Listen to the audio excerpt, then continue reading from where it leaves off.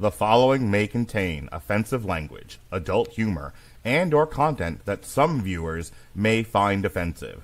The views and opinions expressed by any one speaker does not explicitly or necessarily reflect or represent those of Mark Radulich or W2M Network.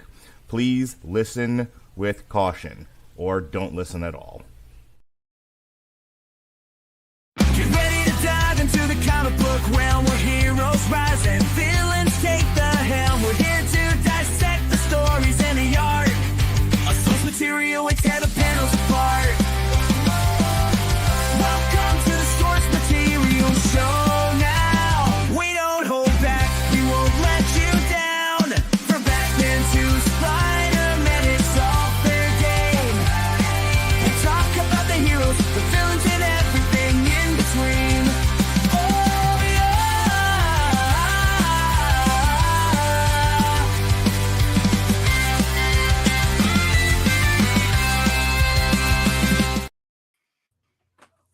Ladies and gentlemen, welcome to the Source Material Comics Podcast. That's right. We are live and direct from a planet. Happy New Year! Oh, yes. Happy New Year for sure. My goodness. Scared your son. Your son was back there trying to hang out and just. He just laid an egg, man. Happy New Year. Oh, my goodness. Mark Radulich, you've come back with a trilogy of books that we are going to be discussing. And I kind of noticed a little bit of the theme here of these three books. But I want you to tell our listeners what we are going to be talking about and if there was any rhyme or reason as to why. Well, you and I talked last year about doing this. I told you I had bought the Cobra Commander book, and I was like, okay, if we don't review it, I'm not going to end up reading it. So this tonight's episode, Cobra Commander, Darth Maul, and Teenage Mutant Ninja Turtles, Shredder, and Hell, is the beginning of our longest series yet. It is not all the same stuff.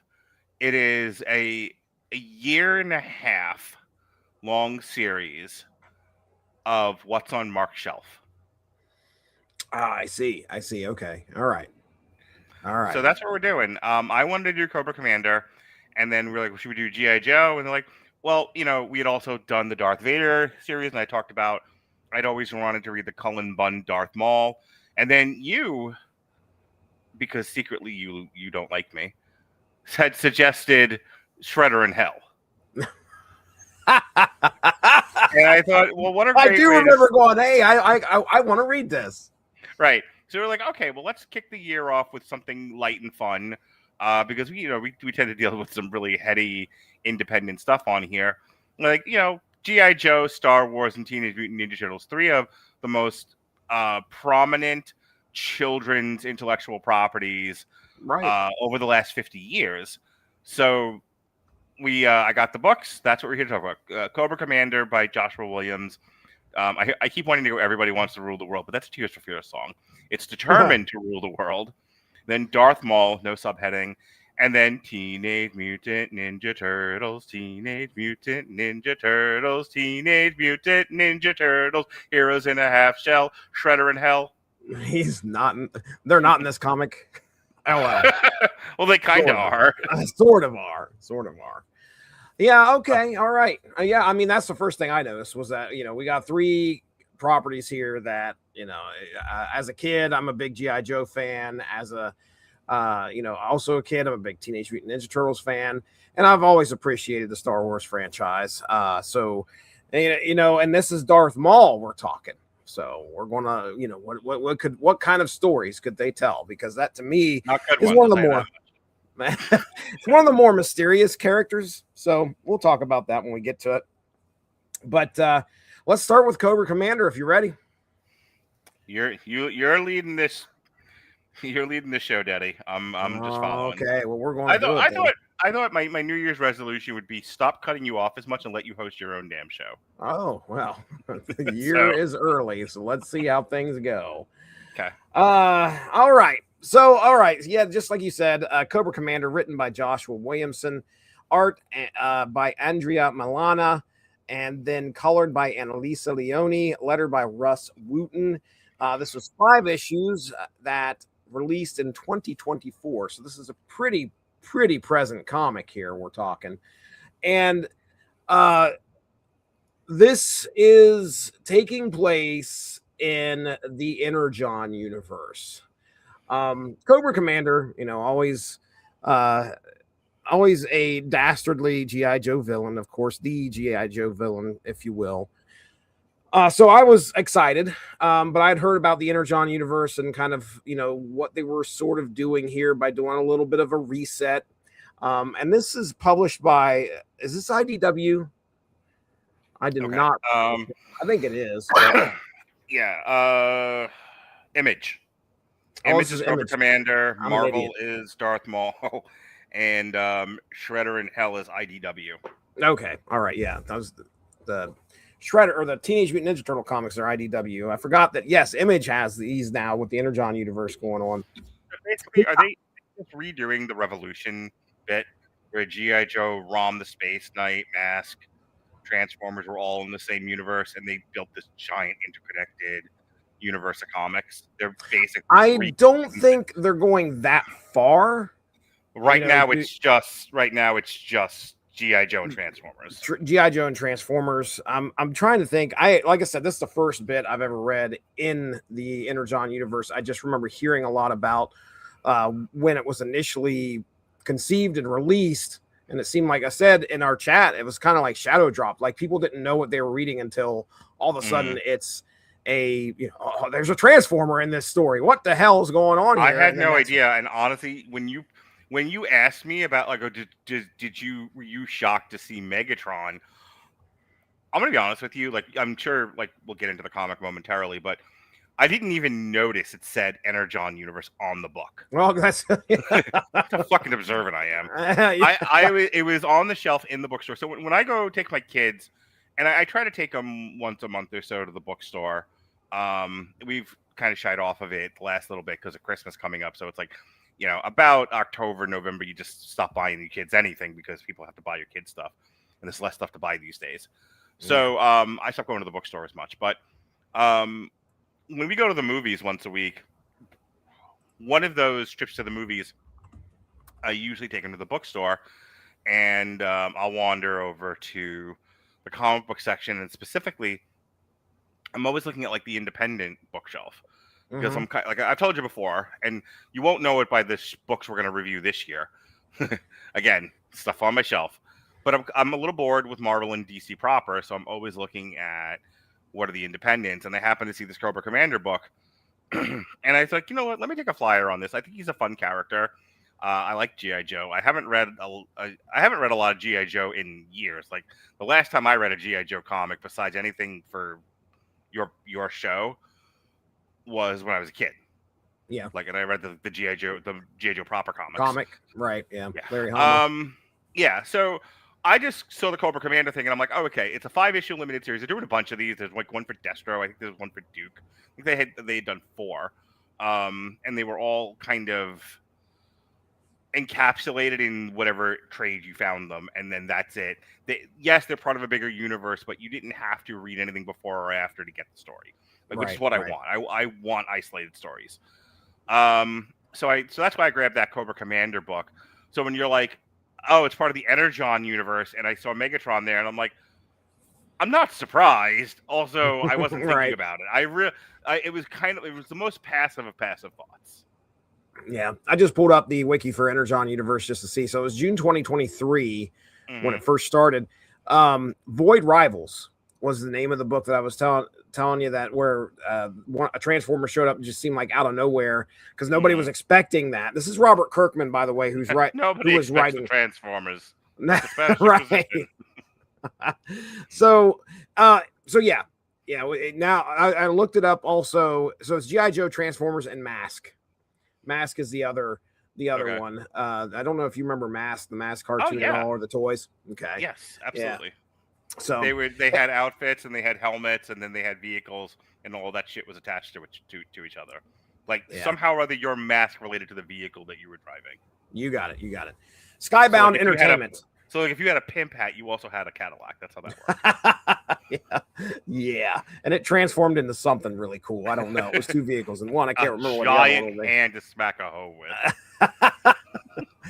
Skybound Entertainment was the imprint of Image Comics that published or as part of the, giving us the Energon universe here. So let me go ahead and we'll jump into our summary of what happens in this. Then I'll hit you with some questions here and my thoughts on the book itself. So, 5-issue Cobra Commander miniseries follows the character's rise from a disgraced Cobra Law. Oh, I love it. Operative to the ruthless Cobra.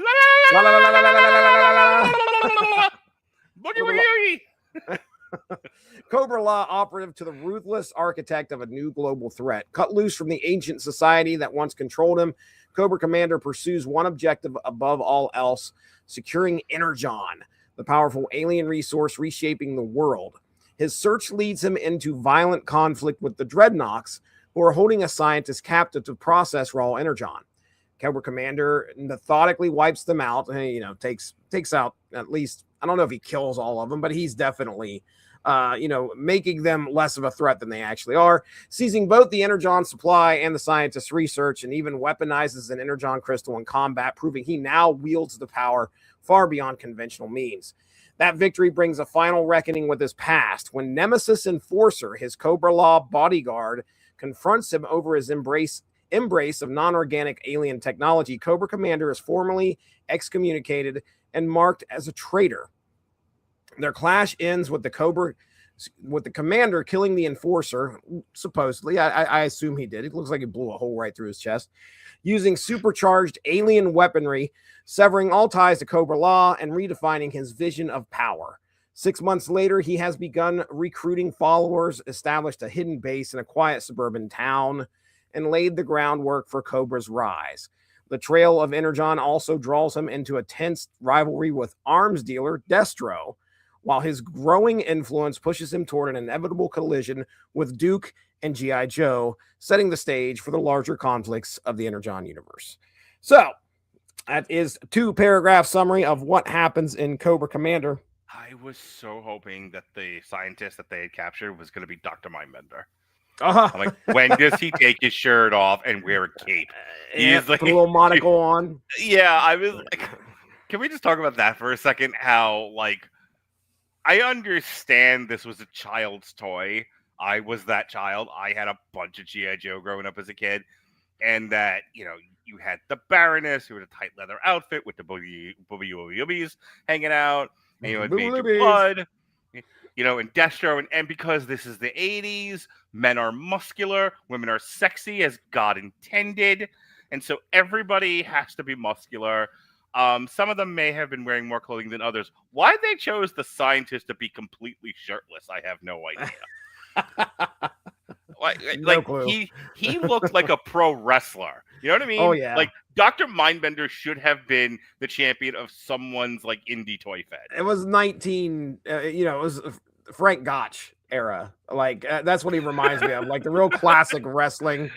Baron Von Rossky or something. I don't know. Walking to the ring with a cape, and leggings, and with his monocle, like you said, bald, rippling chest. Yes. I am Dr. Mindbender. Dr. Mindbender. What the fuck? Anyway, it was not Dr. Mindbender, and I was sorely disappointed. No stars for this comic. Boo. Overall, what were your thoughts here going into this thing? After we're done reading. Of the three, this is my favorite one. Because it was a child's cartoon and it was written for children, even back, I'm talking the first iteration of G.I. Joe, when I was a kid in the early 80s. Cobra Commander was kind of written as a dunce and an incompetent, and he was kind of first of all, the same voice actor, Cobra Commander and Starscream, and kind of plays him the same way. Where it's where he's kind of propped up by Destro and the Baroness. There were one or two other people that were relatively competent within Cobra, and then there was, Major Blood, who was a coward and ran away at the first sign of danger. Major Blood. And I don't remember how cowardly or how brave Zartan was, but Zartan was the leader of the Dreadnoughts. Right. But every cartoon, it was made to you were made to kind of laugh at Cobra Commander. That despite the fact that he led this, giant technological terrorist organization, he could not accomplish much of anything, and not because G.I. Joe was superior, but because he was an incompetent boob. And like Destro was always like seething, like just ready to over fucking throw him. Like, oh my god, if we could just get this moron out of the way. And if you'll remember when we reviewed the movie, G.I. Joe the movie, with that's what they introduced Pythona, Nemesis Enforcer, and Globulus, played by the incredible Burgess Meredith. Like even prior to that, when they brought in Serpentor, the whole thing was, you have been leading Cobra to a fucking fault. Like, you are terrible. We're tired of this. We have wasted blood and money on your endeavors, and they have all come up short. And it's not always because G.I. Joe is superior. It's sometimes because you're an idiot and you make bad decisions. And so we're going to take the genetics of these like great leaders. If you remember this, we're about to create Serpentor, correct? They took before cloning was an actual thing. They fucking took like Jurassic Park. They took the DNA of great leaders, and military strategists and whatnot, and they made Serpentor because they were like, fuck Cobra Commander. I say all that because this book doesn't portray him that way. Exactly. I loved the way they presented him here as kind of Superman's dad. He's what is Jor-El? He's kind of Jor-El. He's like, I reject our culture and our way of doing things as it limits our ability to master science. You have given me too many restrictions. There's this machine world that's out there and has this crazy energy resource. And if we had that energy resource, we'd be fucking unstoppable. Why wouldn't we make use of this? Right. Okay, so far I follow your logic, Cobra Commander. I'm with you. Yeah. And then he's in this like what amounts to essentially a theocracy. Like, no, we worship life. It's all organic. We worship organic things, and you want to fuck with this machine. This goes, and he's just like, I reject this entirely. Yep. And so him and Globulus are at loggerheads, and theocrats doing what theocrats do is like he just excommunicates them. He's like, get the fuck out. Yeah, he's secretly doing all this stuff, all these experiments, and and they find out about it, and they're like, okay, well, as soon as they find out about it, I'm dead. So he pretty much gets they were gonna kill him, and then I think he was like, what if you give me a chance? What if I just leave, but I bring back Energon? Yeah. And they're like, all right, you have like one chance at this. And they send Nemesis Enforcer with him. And like the rest of the book, he's not incompetent. He's not incompetent. He's a fucking stone cold killer. He is single-minded in his pursuit of Energon. He's written extremely well. And I know that they don't really get into Destro too much in this book. It's mostly focused on Cobra Commander and Nemesis Enforcer. Destro kind of comes in at the end. But I liked how the book ended. I liked, he basically seeks out an arms dealer and be like, hey, you have technology I need. I have energy. You're going to need to run your technology. What if we join forces? Yeah. So I'm excited to see, like, if I had the time and the energy to delve into this further, I would buy more of these Energon Universe books. I'm excited to see where this is going. Yeah, my notes, pretty much echo exactly what you're saying. We open this thing up. There's that truck stop scene where some guy, pretty much insults Cobra Commander, and then they find him dead. They don't show anything, but there's a lot of blood. So Cobra Commander did something to this dude outside the truck stop. I was hoping that bodyguard was going to end up being Nemesis Enforcer. One of my favorite characters to come out of the movie and probably G.I. Joe. So I said Dr. Mindbender should have been like the champion of someone's like, toy league. What is it? You who said like Nemesis Enforcer was your champion? Oh yeah. Oh man. He was the champion for the longest time. Like he was almost unbeatable. Nemesis was buff and he was the stuff. Yeah, it was awesome to see him show up. I love we're starting things out in Cobra Law and actually making an origin that sort of makes sense for Cobra Commander. That really that really lent a lot to the story and made it feel like, okay, yes, this makes more sense. That was the great thing about the cartoon movie that came out, because when G.I. Joe first started, it was an adaptation of something that I think had already existed. It was an adaptation of basically war toys. I think G.I. Joe was like a Barbie doll essentially. It was in fatigues, and they just kind of developed a lore about it where essentially at first they came up with a good enemy. It's a giant terrorist group with technologically superior weapons, and they are out for world domination. So they're not going to be able to handle this with just regular military alone. They have to create this like giant fighting force of experts in every field you can think of, like putting out fires. There was a fireman, and there was there's a medic, I'm sure. Yeah, there was one or two medics. Boy, the G.I. Joe specialties towards the end got a little silly. Boy, did they ever! I don't have the list in front of me, but there's like a list of like ridiculous G.I. Joe toys. The Eco Warriors, I think, is what they were called. Like, or they were fighting, like pollution and stuff like that. That was that's when towards the end of that line where they stopped doing the 3 and I think the 3 1/4 or 3 3/4. I can't remember how tall they are, but those the figures that you're talking about. I've got, I remember the Astro Brigade, which is where they went to space, and all the figures were all like blocky. But yes, they feel were. Like there they was were one that was like a chef. there's a possibility. Yeah, I'm sure if we Google it right now, like silly. I mean, you got Shipwreck, who was your typical Navy I didn't want to guy. say Shipwreck because Shipwreck is a classic Navy guy. Shipwreck, the character was silly. Shipwreck, yeah.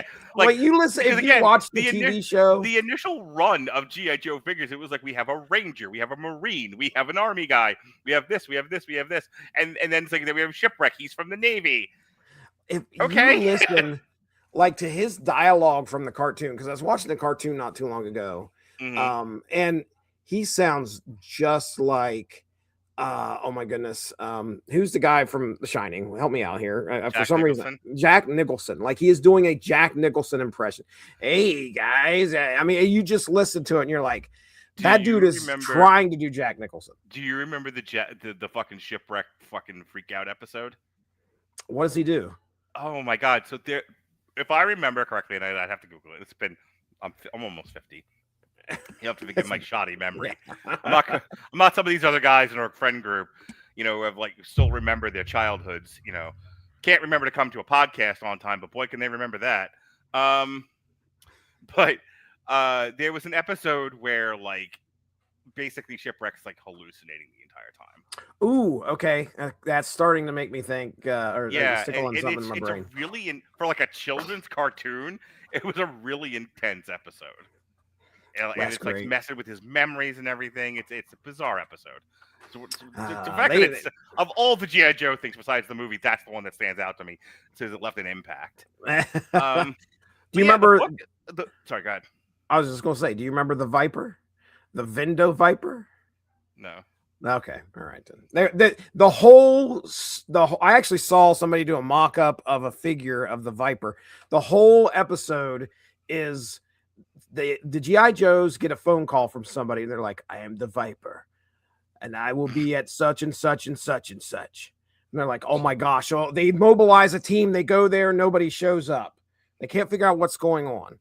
And then they get another phone call and another phone call. So they're trying to like stop this Cobra related Viper from doing something. And they run into this guy who's got a bucket and a squeegee, and he's the Vindo Viper. He was going there to go wash some windows. Wonderful.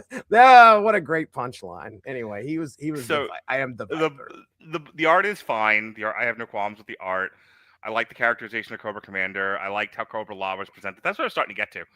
So when G.I. Joe and Cobra first started, it was a it was a technological terrorist organization versus this like large army of military specialists. That was the whole setup to GI Joe. By the time the movie comes out and they had to kind of have to introduce new toys, they were like, "Whoa, why does Cobra Commander wear a mask? Well, because he's a mutant. That's why. Well, what if he was also like a mutant fucking alien of some kind? Okay, well, where does he come from?" Now, again, children's cartoon, so it's a little on the nose. He comes from so the terrorist organization is called Cobra. He comes from a place called Cobra La. Cobra La. I don't understand why they just didn't go with Cobra Evil Lair, but Cobra Bad Guy Dome. Yes. Fucking Cobra Evil Doerville. But yeah, he came from Cobra La. Yeah. And then they had to, because they'd already fucking upped the ante with Serpentor, they were like, well, who's above Serpentor? And they had to come up with Globulus. Globulus, right. So, I was happy to see, like, as, G.I. Joe has persisted for all of these decades, they've hung on to that bit. Because, I mean, they could have done anything, right? They could have completely thrown out the movie and just started from scratch. And Cobra Commander is, I don't know, from Iraq or some shit. Or he's from another alien with not so goofy a name. He's from Uranus or something. Instead, they were like, nope, this was set in a movie once upon a time, and the 40-year-old, 50-year-old men will remember it, and that'll give them a joyful feeling in their heart. Yes, it will. Fucking Cobra Law it is. Yes, it will. Yes, it will. Because that is my first note, is Cobra Law. I'll run down just my quick notes as I was reading this thing. Like I said, I put Megatron in all caps because Megatron had been captured and he apparently was armless or something like that. Mm-hmm. And that's how Cobra Commander found out about Energon. And Megatron ends up escaping at some point. You don't see it in the comic, but regardless, when he shows up, it's like, holy crap, there's Megatron. So this is going to be, definitely steeped in some Transformers lore. Cobra Commander fighting the Gators. Like, I thought that was going to be a big thing. Like it's Cobra Commander versus Gators. And I'm like, oh my gosh, that barely happens. But when the Dreadnoughts have him and they're torturing him and they're trying to figure, great use of the Dreadnoughts. Yeah. Oh man. I think that like where they're going with this, which is like Cobra Law versus, I assume, what's going to end up being the Decepticons, or maybe just the the Transformers in general. I don't know, but we're going to have some kind of like organic machine war of some sort, I would assume, because I think Cobra Law is planning on like taking this war to space, which I love it. I'm here for it. I want to read how they're going to do this, because I think that this being my introduction to the Energon universe, I was absolutely thrilled. It's, it was a good book. I like, again, how they took the lore of stuff that I'm familiar with and wrote a good story with it. And I kind of want to check out the other ones that were happening at the same time. You mentioned Destro. There's a Duke book, I think, that's happening as well.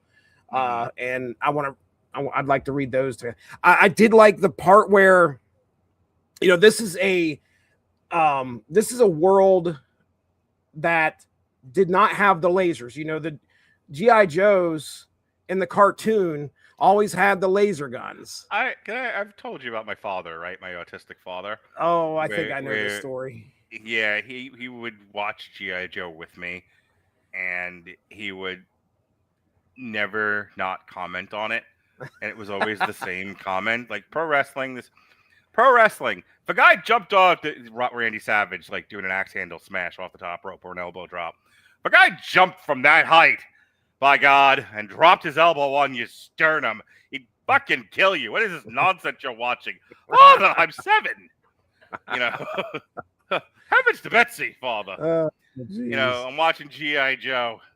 Oh, look, you're in the military. I'm watching G.I. Joe. Are you proud of me, Father? Are you proud of your sonny boy?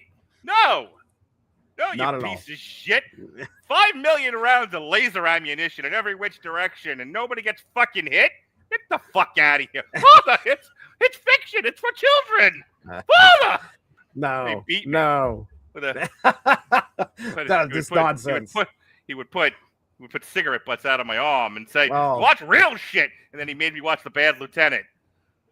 Mostly boy. to show you your tits scene. No, wait, that's Oh my gosh. Anyway, so anyway, yes, I noticed there was no lasers going in every which direction. Right.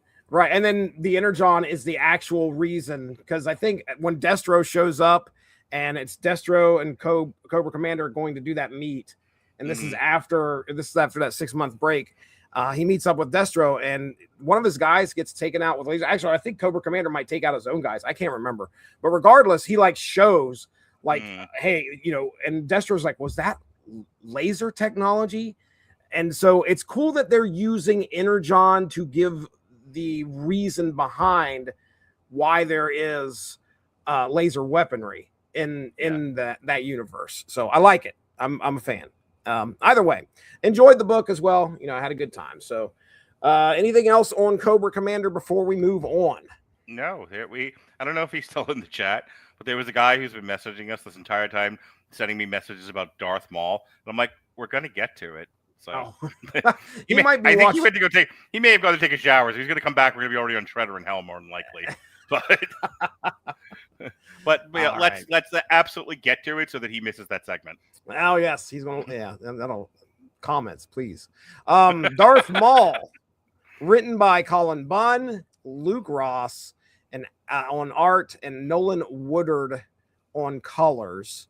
Our letterer Joe Caramanga as well here. So this come out in 2017, and this is a post Disney purchase. Yeah, this is a couple years after the Force Awakens. Yeah, the purchase by Lucasfilm was in 2015, if I remember correctly. And we'll say that's when the film hit first, wasn't it? Like the Force Awakens hit in 2015, because we just celebrated the 10-year anniversary last year. I'm pretty sure that's got to be right then. But I'm wondering if the purchase by Lucasfilm was maybe a little bit earlier than that. It might. Either way, when Lucasfilm got purchased by Disney, they relaunched all the comics. Yeah. So Darth Maul, though, obviously not something that we're going to talk about in the new Star Wars. What is this going to be? 7, 8, 9. Point of order, if I may. Mm-hmm. So Darth Maul was a prominent character antagonist in one of the cartoons. I want to say it was maybe Clone Wars. I've got it written down here. It's Rebels. Yeah, it's Rebels. Okay, I think it's either Red. It might be Clone Wars, because I know that's where Cad Bane's going to be showing up. So anyway, go ahead.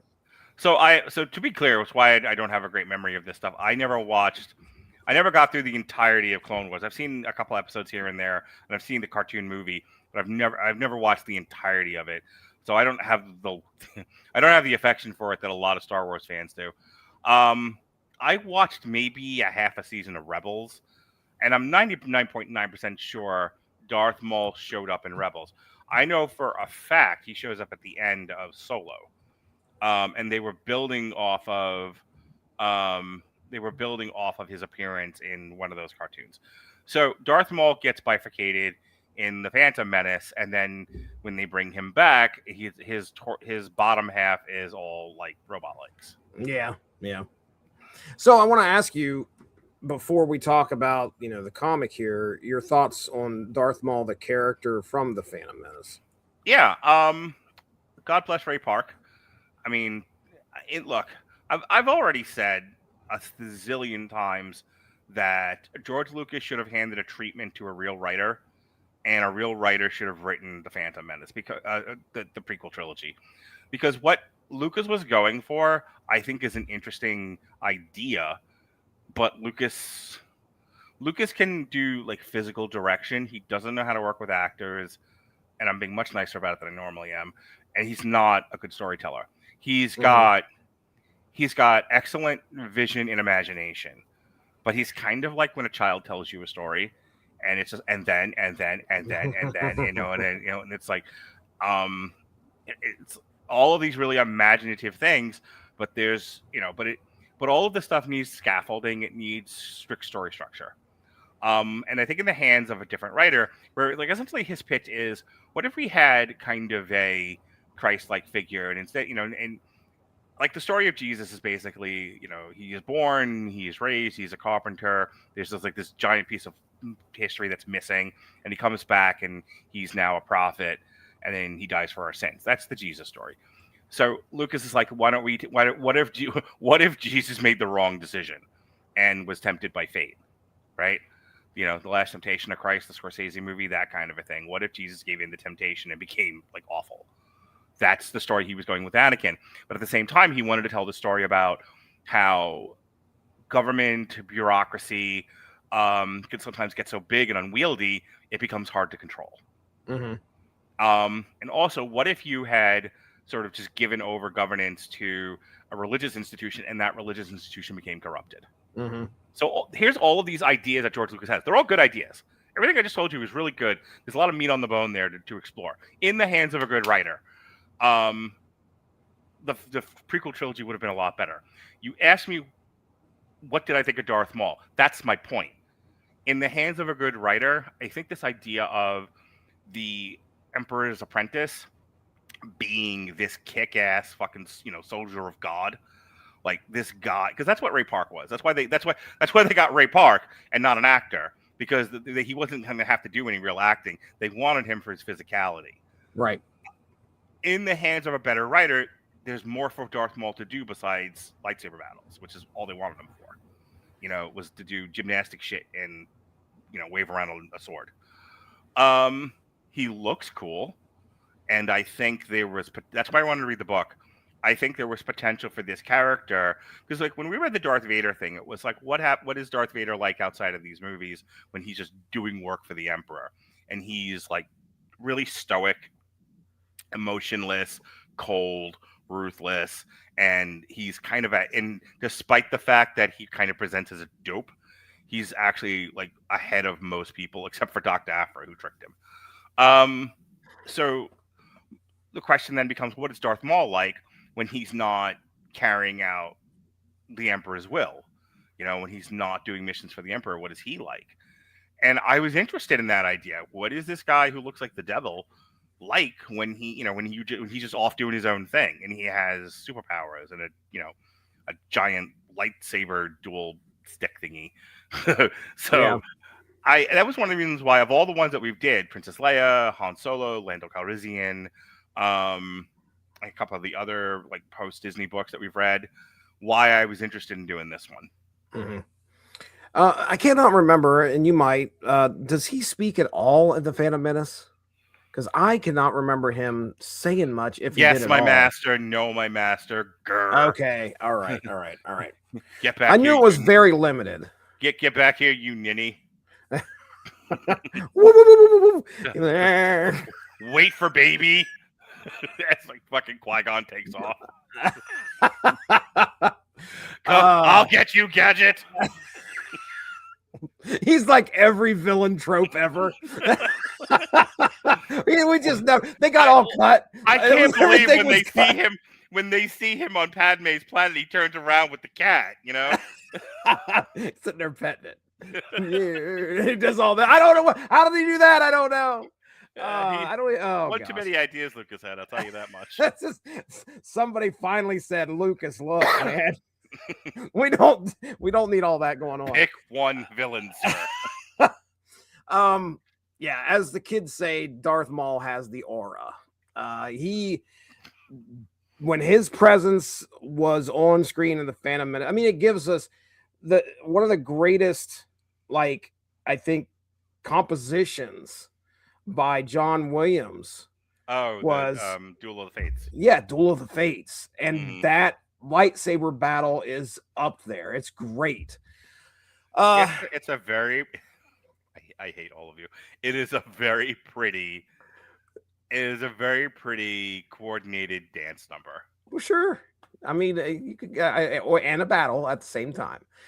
You have to suspend your disbelief, Mark, that there are, in my defense, the best lightsaber battle is Return of the Jedi between Luke and Darth Vader. Darth Vader? Okay. All right. It is the only one that has any passion to it.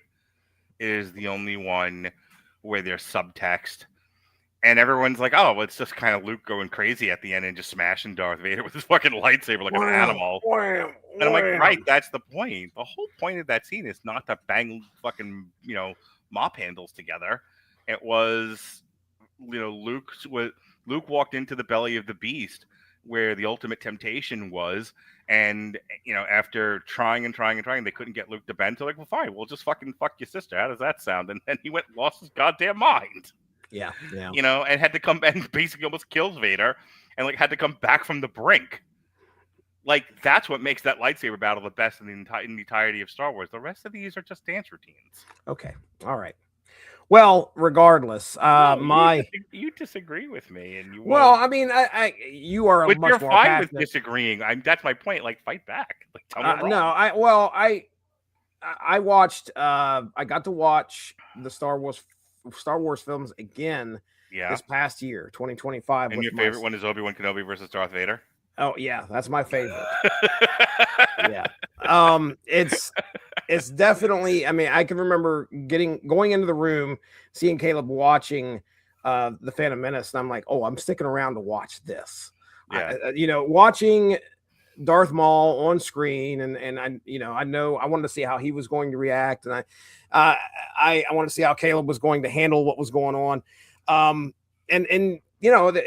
me, I feel like it's definitely pretty, but it was so intense, especially back in the day. In 99, when you're watching this thing on the big screen, you're not going to sit there and tell me you were going, oh, that's a pretty dance routine. No, what's happened is 25 years of critiquing other shit and having the internet tell you what it is has now soured you and made you, or has revealed to you some of the pedestal we put it on. How's that? That's probably I actually don't disagree with you for the most part. It feels a little bit like you're saying I'm taking other people's opinions as my own, which I think it influenced you. I think back in 99 you didn't feel this way. No one think I have my own thoughts. In 99, did you think that? In 99, I was enraptured by the pretty dance routine. Yes. You were happy that Star Wars was back on the screen. Yes, I was. That's the truth, because I remember I was too. And then I took my stepdad to go watch it, and man. Okay. In my defense, Your Honor, my second favorite lightsaber battle in the entirety of Star Wars is Revenge of the Sith in the lava. Okay, there's a lot of emotion there too. A lot of emotion. There's a lot of emotion. That has look. If you're like, I don't like the Return of the Jedi scene, it's not really a sword fight. It's a Shakespearean tragedy with mop handles. I would buy that argument. Revenge of the Sith kind of has an even showing of both. It is all of the it is everything that Duel of the Fates is with everything Return of the Jedi is. Okay, all right, that's fair. Well, and then the ridiculous ending is what fucking kills it. I have the high ground. Fuck your high ground. No, I don't my arms and legs, and then kick me into the fire. You were the chosen one. Get me out of the fire. I'm on fire. No, you were the chosen one. I'm currently burning. I wish I could save you. You can. I'm literally like 5 feet from you. Move me 5 feet to the right. It hurts so bad. Oh, Obi-Wan, you son of a bitch. I have to go now, Obi-Wan. I'll kill you for this. I'm gonna go check with Padme, motherfucker. If I had my arms and legs, I swear I'd get up there and kick your ass. Like you'd be a dead man, Obi-Wan. Well, isn't that the point? Oh man! All right. So yes, this is taking place prior to episode 1. So we're kind of getting a little bit of some insight as to what Darth Maul was. He's still working for the Emperor at this point. Well, Darth Sidious, right? Darth Sidious, Palpatine. Correct. So I'm going to throw out some other characters here. These are characters that, again, I remember hearing about Cad Bane showing up on, gosh, I think it was Boba Fett. I can't remember. Shows up in either the Boba Fett or the third Or season. Mandalorian War. That stuff Yeah. is all blending together to me now. Right. I don't, but I understand he was obviously on the Clone Wars. He was a big deal there. But to kind of give our listeners an idea who Cad Bane is, he's the de facto leader of this group of bounty hunters that kind of help Darth Maul out in this story. He's cool, he's professional, he's calculating. Bane serves as Maul's primary proxy and brings a strong galactic gunslinger presence. This is his earliest chronological appearance in Marvel Star Wars comics at this point. Then we have Aura Singh, a deadly sniper and former Jedi acolyte. She adds speed, precision, and a ruthless edge to the team, contrasting Maul's raw emotional fury with cold efficiency. Aura Singh apparently was in the Phantom Menace movie. I don't know, or Aura Singh, I should say. I keep calling her Sling. And then we have Vorhedilo, a blood-drinking Colasetto hunter who specializes in close quarters combat. He's definitely like this almost kind of insect looking thing. It's kind of scary. Like I said, blood drinking. This is his first appearance, and so he's not got any other appearances in any other lore as far as I know. This Darth Maul series is his first appearance. Then we have True Trail Tech, a lesser-known bounty hunter focused on infiltration and technical skills, rounding out the team's utility during the auction. Yeah, we're going to talk about that here in a second. And this is his first appearance as well. So let me do the summary for this book.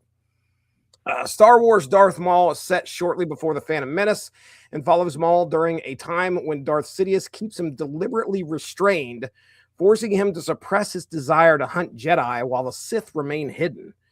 While operating in the galaxy's criminal underworld, Maul learns that a Jedi Padawan, Eldra Catus, has been captured by the ruthless crime boss, Zev Zrexis, and plans to sell her at a high-stakes auction, catering to the galaxy's wealthiest and most depraved criminals.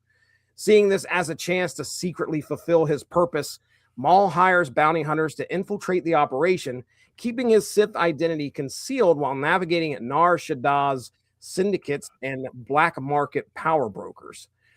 After Maul seizes Eldra from the auction, Zrexis sabotages his escape and strands everyone on the deadly moon of Draskell, where she turns. You little Draskell. I enjoy the little Draskells. You know, Spanky, Alfalfa, Darth Maul, where she turns. Oh, there's a Photoshop opportunity out there somewhere. Gosh. Where she turns the situation into a sadistic game by organizing a live hunt with her guests as participants. Forced into survival mode, Maul ultimately confronts Eldra in a brutal duel, killing his first Jedi and fully embracing the thrill of combat he has been denied. He then hunts down and executes Zrexis to erase all evidence of the Sith's involvement. When Maul returns to Sidious, he expects punishment, but instead finds his master quietly pleased, as it was Sidious who put Maul on the Padawan's path at the beginning. And Maul has returned, having proven that he can act independently and embody the ruthless ambition demanded by the Sith. So there you go. That is a 2-paragraph summary of what happens in the book. All right, Mark. So you were kind of, I think you were on the same line as me as far as going into this book. Like you wanted to learn more about Darth Maul, who he was, you know, as a character and what he did. I wanted it to be handled the same way the Vader books were handled, where you really got inside the mind of Darth Maul, and you got to see him unleashed, because you can just invent character for him to cut down the same way that they did in the Vader books. So that was the big thing here, was I wanted to see this really cool looking character who we didn't really get a whole lot of in the Phantom Menace. Here's his own story.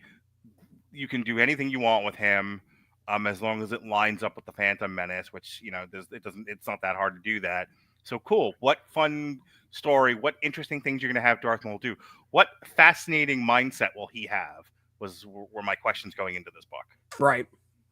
None of them were answered. None. Not a single one. Well, I come out of this with a couple things kind of added to the character, and I'll talk about that here in a second. But let me ask you this question. I mean, do you think it's actually better we know less about him as a character? I know you wanted more, But is there also an argument for us knowing less and keeping it much of a mystery to keep that character, more? You're asking me the Michael Myers question. Yeah. Is Michael Myers still scary if we know his backstory? Is Freddy still scary if we know his backstory? And a lot of these questions have been answered. No, none of this made any of it better. Right. Michael Myers was much more frightening as just sort of the embodiment of evil, and you had no idea what was motivating him other than he wanted to go home. Freddy, he's torturing these kids because they're the children of the people that burned him. And then after that, it was just more kids. I love to torture. I love to torture children. Someone's going to clip this later for me. I love to torture children. Radulich. I knew that'd show up in court somewhere. Yeah. But so, I mean, there's a question in here.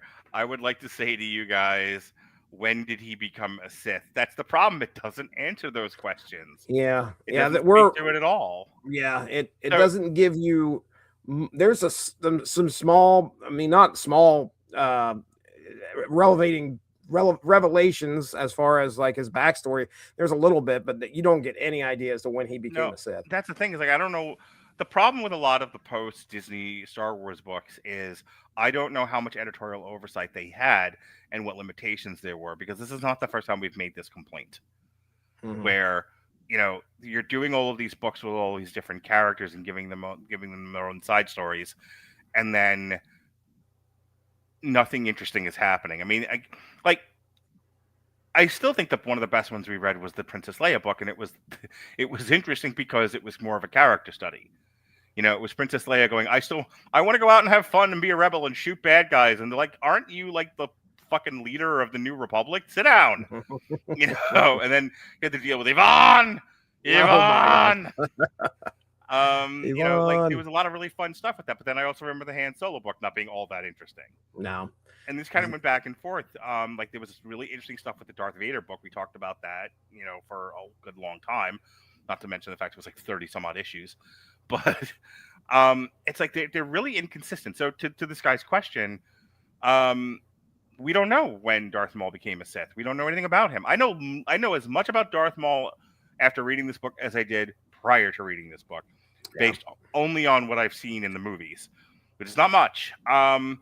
Does that make him more, did that make him more mysterious? Here's the thing.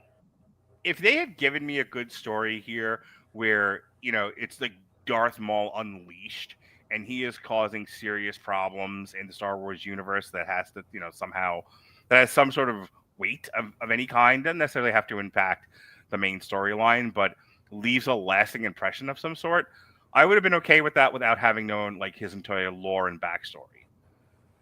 Okay, well, we're not going to do that.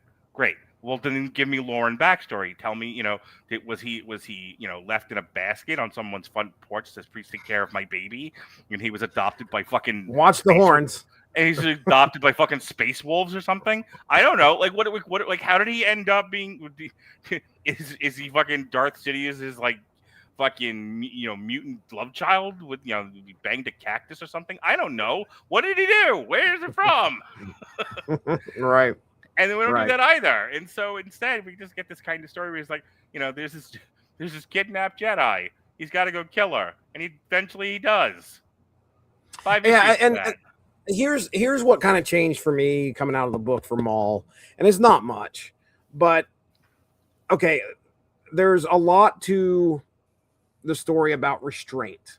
Mm-hmm. All right, the Sith are operating like completely under the radar. They do not want to reveal that they exist at this point. They can't do that until it's like, if you fuck this up, I have so many plans. Knowing what you know about the Phantom Menace and like what he's gonna do throughout the prequel trilogy, and he's just like, motherfucker, you dumb shit. If you fuck this up for me, I will kill you, bring you back to life, and kill you 20 more times. Just go do something and stop thinking about it. But the thing is that I have never identified with a character more than Darth Sidious. This is so important, and you're gonna mess it up because you have the brain of luggage, okay? And you're gonna ruin this for me. And stop. Just follow the goddamn instructions. Just stay still. But he Mhm. can't. He cannot do it. And because it's like it consumes him the idea of killing, like he has to kill a Jedi. It Like would be that nice is, to know he's why. got to do it. The thing is, Well, it I would mean, have been nice to know why. and it doesn't really focus on obviously giving you the reason as to why he wants to do that.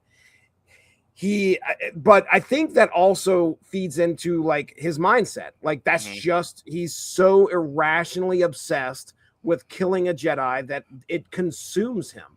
And what you also he find does that and almost fucks up Sidious's plans would have been a much better story. Well, that's kind of like the tension throughout this whole thing is like, how's he going to get away with this? Because if he does this, somebody's probably going to know. The other thing that I also noticed that they kind of pointed out is that he's a bit of an adrenaline junkie. He gets like he takes a thrill in doing, and that comes out at the end. Like he says, well, I did this. Not only did I like doing it, but man, was it fun. Like he's an adrenaline junkie. Jesse, I wanted you to take that question that I just put on the screen. Where does he get the dual lightsaber? Well, I don't believe that is covered in this book. There you go. Inquiring minds want to know, Jesse. This is 5 issues of, I'll tell you what made this fun, because about 2 or 3 issues into it, I was like, okay, this is really standard Star Wars fare. Yeah. Okay, he's going, we're going to go fight it. I saw this in Darth Vader. We're going to have a Jedi duel. We're going to see this. We're going to see that. Something's going to happen. But he captures the Jedi and then tries to leave. And then all of a sudden it becomes surviving the game with Ice-T. Where Zarev's Nexus or whatever bombs the ship and they land on the planet. And she's like, you know what? Hey, guys, this guy screwed you over. Why don't you all go and kill him? And now the Sith and the Jedi have to work together, which really that doesn't happen too much, but they do have to kind of fight off some people. And then Darth Maul's like, you know what? It's time for me and you to go. And so they have the fight, and he actually kills the Jedi, which that kind of surprised me.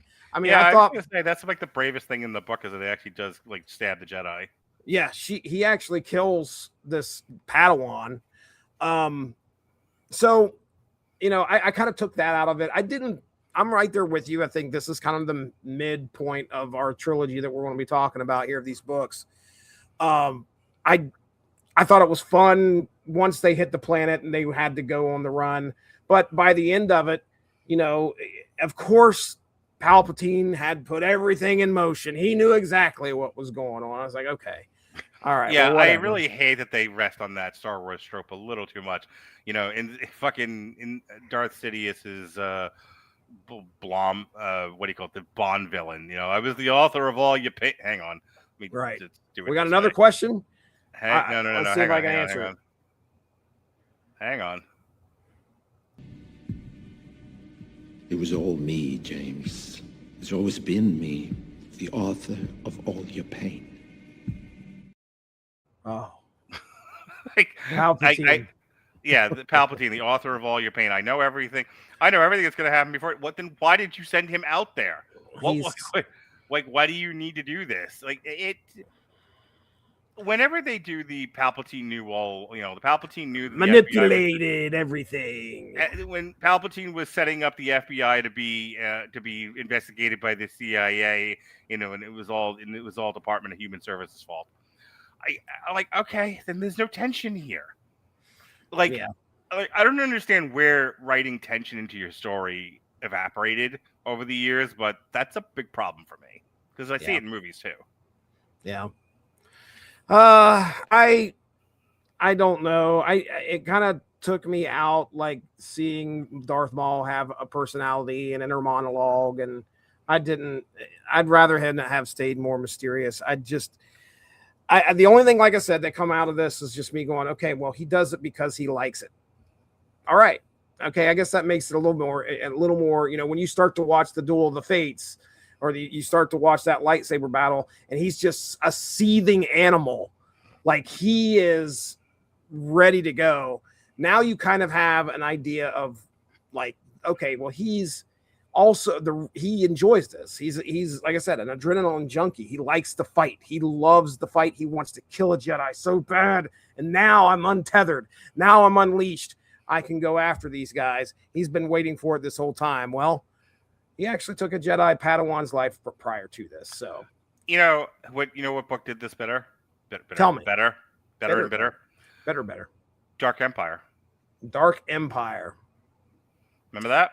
Oh, I remember Dark Empire. Where the what do you call it? Luke is cloned, I believe it was, and he's the entirety of time that he's turned to the dark side. He has the Emperor in his head going kill, or whatever it was, and then he finally does it. But like I don't remember if he killed the Emperor in that scene or like a clone of himself or something. There were clones definitely involved. That's for sure. Dark Empire. Oh man. Well, I mean, I did learn that Darth Maul species is called a Zabrak. All right, so there's that. I had a Zabrak for lunch today. It was delicious at World of Beer. It was made with pecan pie. It was amazing. So again, Cad Bane showing up here was pretty cool. You know, I'd heard a lot about him, so seeing him in here in a comic, reading a comic with him, great. Kind of see again, Star Wars pulling Star Wars people together in a story. It's all typical Star Wars stuff at this point. So yeah, like I said, it's one of those where it's like the Christian thing. Like not everything has to be a 1 or a 10. Some things can be a 5. This was an absolute 5. All right. I'm not going to recommend this to anybody unless they're like really big Darth Maul fans. Well, there's a guy in the chat. He's been sending. I put a couple of his comments on the screen.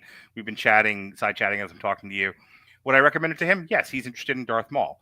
So if you're interested in the character and you'd like more of the character, it's a fine enough book to read. This is not the only Darth. Wasn't there a second Darth Maul series, or was it? I was going to say there was a few actually, but I'll take a look and double check here. I feel like there's at least one more because we had to. Because I remember when we did the Darth Vader thing, we were talking about doing more Star Wars books. There was a couple of second edition series. Like I know there's a second Darth Vader series out there. So okay, here you go. So you got the 2017 Darth Maul we just did. Mm-hmm. You then have 2000 comic book which came out. So this was back shortly after the prequels dropped. There's Darth Maul Death Sentence from 2012. Darth Maul Son of Dathomir from 2014. Right. Age of Republic, Darth Maul from 2019, and Darth Maul Black, White, and Red from 2024. Very recent. Right. So again, if you're like this guy who's been nice enough to watch our stream and hang on. Then yeah, I would recommend it to him. If you're like a big Star Wars nut and you just like everything Star Wars, this is fine. Like I said, it's not going to change your life. It's not, this isn't Day Tripper or like The Many Deaths of Layla Starr. But if you're just like a consumer of the Star Wars IP and you're like a Chris Bailey, like everything good is everything Star Wars, by all means read the Darth Maul book. So he just put this comment on here, and I needed you to see it. Isn't Darth Vader the Kid Slayer 2000? Kid Slayer 2000. I mean, he definitely took care of some kids there. Or not only once, but several times killed children. Yes, and many different kinds. Oh yeah, Sand People children, Padawans. I'm sure he's not above it. I 2000, I think, is his score. If we're counting the Death Star blowing up Alderaan, he killed a lot more children. Oh my gosh! Yeah, he's definitely excelled at that. Who do you pin that on? Like, is it the blowing up of Alderaan? Oh, like, well, I mean, like who do you like? This is a Captain America Shield question. Who I would pin that on the Greater Empire because he was less of a general or just kind of a guy that's going to kill people. Okay, so like Darth Vader, not what you're arguing is that Darth Vader really didn't play a role in picking out the target. Yeah. Okay, very good. My son, solid. Darth Vader's lawyer. He is not guilty of genocide, as he was not. It's like the Nuremberg trial over here. It's like he was not involved in the planning of the destruction of Alderaan, therefore he cannot be accused blowing up Alderaan. You cannot pin that on him. However, enough. slaughtering Padawans, he absolutely did. Yes. Killing Sand People children, he absolutely did. Yes. All right. Speaking of killing kids, let's get to Shredder in Hell. Oh my goodness. Well, we're going to kill some brain cells. Okay, can we start off with why you pitched this to me? Because we decided we were going to do like villain books, and this was like I had Cobra Commander already on my shelf. I had wanted to read Darth Maul. We talked about it after the Darth Vader, and so we kind of threw all this together. And then we were thinking of like, what third book are we going to do? Skeletor, Mumra, some other villain book out there. Any one of the... I didn't really want to do strict DC or Marvel stuff like Doctor Doom or some shit. So we landed on, like, I think probably the best of other than maybe Transformers, probably the most readily identifiable children's IP was Teenage Mutant Ninja Turtles. So that I don't have a major problem with. Why did you make me read Shredder in Hell? Well, let's just say I had no idea what we were getting into. I'll put that out there. Because this was totally you. This was not. This was me going, oh, I'd like to read that. Okay. And it's not that I heard anything good. It's just that I was blindly going with, okay, Shredder goes to hell. What's he going to run into there? What kind of craziness? Passes Godzilla also in hell. Yeah, wait, I know that guy. What are you doing here, Godzilla? What does that mean? It means a very brief cameo. Yeah. So I was kind of expecting something where we're going to tell a story about Shredder either redeeming himself in some way or whatever. What I didn't expect is kind of where we were at in TMNT continuity. So I probably should have researched it a little better because that plays a very important part in that book. So I picked it because I thought we were going to get something a little less heady and a lot less with Shredder from TMNT or a gay dude. What with Shredder? We'll go with from TMNT, not an actual gay dude. Yeah. All right. Yes. So we are absolutely talking about the Shredder from Teenage Mutant Ninja Turtles. No, I do not know. And he is not, and I don't know if there's an iteration of Teenage Mutant Ninja Turtles where Shredder is actually gay. It could be. However, I think never know. He's got the look, and like all good villains, he is motivated by the love of a good woman in this book. So not gay. Who's got a case of the not gay? Shredder. I think you might be getting them confused with the ass Shredder, and that's definitely a gay dude. I'm just kidding. Well, it's canon now. He's definitely a gay dude. Gay porn version, TMNT spreader in hell. Oh my! Oh, that's horrible. That's gonna make you walk wrong. No. All right. So there you go. That's why I chose it. Okay. I'm gonna go ahead and had you heard anything about it? No. Again, I don't think I did. TMNT fan, so right. I wouldn't have talked to anyone. But you live in the comic book store. You actually talk to comic book people. What was the word on the street? No, there wasn't anything that I had heard about this. So it's not like I was going into this saying, okay, this is going to be great. I was going into it like, oh, I'd like to read this. I assume what they're going to do here is going to be decent.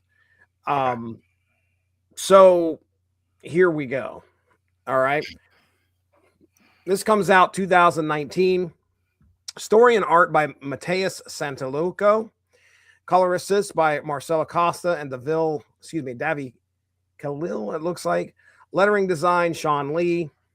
All right. Let's go ahead and get something straight that I haven't already made, apparent. Coming into this, my foundation is the TMNT 80s cartoon. All right. First and foremost, let's be up front with that. But I got a lot of. I have some follow-up questions. So, have you ever read, even like in passing, the original Eastman and Laird black and white comics. Yeah, I have a lot of respect for those. I was just about to say I have read some of the black and white Eastman and Laird comics, so I have a little bit of that under my belt. Not a whole lot, but I've read some. I love. Go ahead. Well, if people listening don't know, Teenage Mutant Ninja Turtles, as most people know them as the goofy pizza-eating cowabunga turtles, are not what the comic book was. No, they're not. The original iteration of Teenage Mutant Ninja Turtles was a super overly serious black and white comic book where they were chronologically teenagers, but they were not immature. Right. And that there was like a whole attachment to Japanese lore that was sewn into the stories. And then, as with all things back in the 80s and 90s, some company licensed the comic book and decided to make a cartoon. And since this was for kids, and those comic books were really not for kids, not that age, made it very kiddie-like. Oh, yeah. And from then on, the original presentation of Teenage Mutant Ninja Turtles was always seen as like taking the kids thing and making it serious. It's actually the other way around. Yeah, they took a serious thing and made it very kiddie. And then there have been some attempts over the years to turn it back to what it once was. This feels like it's straight out of the original continuity from Eastman and Laird, where everything was super serious and very Japanese. Well, it was more serious, that's for sure. So you got to think we're reading something that is happening right before the 100th issue in its IDW continuity. And it's supposed to fit right in there. So there's a lot that's happened that I wasn't ready for. I wasn't expecting. Basically prior to this, Shredder had his head cut off and he is dead. And his daughter is trying to bring him back or bring a dragon god back. I'll talk about that in the synopsis. But regardless, the point is that there's a lot happening in this comic. There's a lot happening in this IDW continuity. Yeah, this was not a good read in the sense of like you can't just pick it up and read it and be like, okay, I understand more or less what's happening. This is unfortunately not an encapsulated book. Right. This chapter of a very long story is encapsulated. It's kind of like Boba Fett's escape from the Sarlacc, where, that was sort of the similarities being you have these figures escaping Dante's Inferno, essentially, escaping hell. But yeah, what got him there? What are all these other characters that he's connected to? Like, it's so much more. There's so much more lore woven into this story that I didn't have. So when you were like, you're not going to like this, and some of it is just because it's so prose heavy. But some of it was also, I don't understand what I'm reading. It's part 17 in like a 30-part story. Yeah, that's really, I think, where this was tough as a reader going into. I just was like, okay, I made a mistake. I picked up, like you said, chapter 17 in this 20 chapter book here. Yeah, so going into this though, I since I didn't know much about the continuity, I still come in as a reader interested in what the story was trying to do with Shredder as a character. So I still have an appreciation for what they're trying to do here, because Shredder, much like a Cobra Commander, this villain who's kind of adult in the cartoons, very serious here. So let me run down the characters here real quick. We're not going to have much to say about this book. So what we're going to do, I've got a quiz ready for Mark here. Yes or no questions. We're going to run down through them. And then we're going to kind of compare our thoughts because I answered the same questions using ChatGPT. So but let's do the characters first, and then I'll do the summary, and then we'll get into the questions about the book itself. So our protagonist is Oroku Saki, the Shredder, primary character of the story, who begins the miniseries dead after being defeated by Splinter.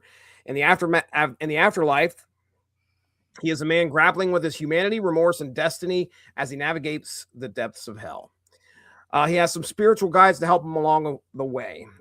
He has Hamato Yoshi, Splinter, Saki's former friend and rival who acts as a Virgil-like guide through the underworld. He appears in both his human form and his mutant rat form, Splinter, to help Saki find his own path. Tang Shen, the deceased wife of Hamato Yoshi, she appears in the spirit realm, often in a peaceful garden, and encourages Saki to make amends. Then we have Oroku Maji, Saki's father, who appears as an echo of Saki's soul to torment him with his past failures. We got some divine entities in this thing as well. We have the dragon god, a primal deity of destruction and the son of Brahma. He seeks to use Oroku Saki's soul as a vessel. The people's champion, The Rock? The Brahma Bowl? I'm doing the eyebrow. Oroku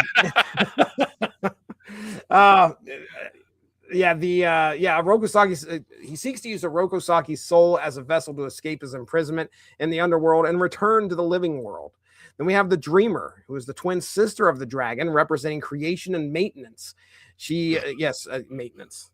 That's a funny name, funny title there. She showed up with a mop. It was spill on aisle 6. She originally designed the soul that became Oroku Saki as a prison to contain her brother's destructive spirit. Then we have Kitsune, an immortal being and daughter of the dragon who is Saki's lover in the living world. She orchestrated Saki's resurrection ritual with the intent of using his soul to bring her father back to Earth, though she genuinely fell in love with Saki in the process. Then we have Akka, the daughter of the dragon who loves humanity and opposes her sister's Kitsune's plans. She is eventually killed to clear the path for the dragon's return. Also the Agency for Healthcare Assurance. They're a regulatory agency. I thought they were a member of the head shrinkers. Akka and Sika, right? Hey, one sec. So the guy who's been commenting on the Darth Maul stuff. Yes. I'm only interrupting you because you would know better than I. He says, "Look at the Amazing Spider-Man, the end of the hunt, and the most shattering revelation of all." Did you do Craven's Last Hunt? I did Craven's Last Hunt. I don't know if End of the Hunt was another story that had happened sometime recently. Mm-hmm. I'd have to look that up to see. Okay. I can tell you Craven's Last Hunt was something else. Me and Benjamin J. Cologne, we did do that, and that was, man, you talk about that's a sad story right there. Jesse, how long have you been doing source material? About 14 years. 14 Close years? to Okay. 15, yeah. Yeah, so he's done a source material pretty much weekly, except for a brief period where he was essential during COVID, and I took over for a while. But there has been a source material comics podcast pretty much weekly for the entirety of 14 years. Yeah. So there's a good chance that whatever you're going to suggest, we've done it already. Which is why we're doing the books that we're doing, because it's like, what else is there? How many more times are we going to talk about the Infinity War and the Long Halloween? I was actually just went back and was working on a show, the 14 part, which was a record holder for the longest time until you came along. The 14 part Maximum Carnage, where me, Ben, and Jason Teasley got together on Blog Talk Radio and did that. It is a Chameleon Craven. Ooh, interesting. Nice little twist right there. Google it when we're done. Maybe you can find a spot after April of 2027. Yeah. That's how far out our schedule goes. After I dig all the Tom King stuff. I dig a good Craven story though. He's an interesting character. And, anything's got to be better than the fucking movie. Oy. Oh boy. Anyway, back to Shredder in Hell. Akka and Sika, the head shrinkers. Yes. The Agency for Healthcare Association. Other Pantheon members, there's all sorts of other things. Flashbacks or reunions include Jaguar, Man-Moth, Toad Baron, Rat King, Chiyoyu, and Gathano. Just all right. So they're there. Then we have the antagonists, Takeshi Tatsuo, the founder of the Foot Clan, the original vessel for the dragon. As Saki's previous incarnation, he berates Saki for his perceived weakness and serves as a manifestation of the dragon's will. And then we talked about them earlier. They showed up, the demonic Teenage Mutant Ninja Turtles, nightmarish versions of Leonardo, Raphael, Michelangelo, and Donatello. that haunt Saki in hell. Unlike their living counterparts, these are bloodthirsty demons intended to test Saki's resolve. And yes, my favorite turtle is Raphael. I saw that was a question that was listed in here earlier. Mark, you got a favorite turtle? Yertle. Yertle the turtle. Yes. It's beautiful. That's a Dr. Seuss reference. That's correct. See, I'm a jerk to everyone. Yeah. Oh boy, we're so lucky to be treated so equally. Here's the summary.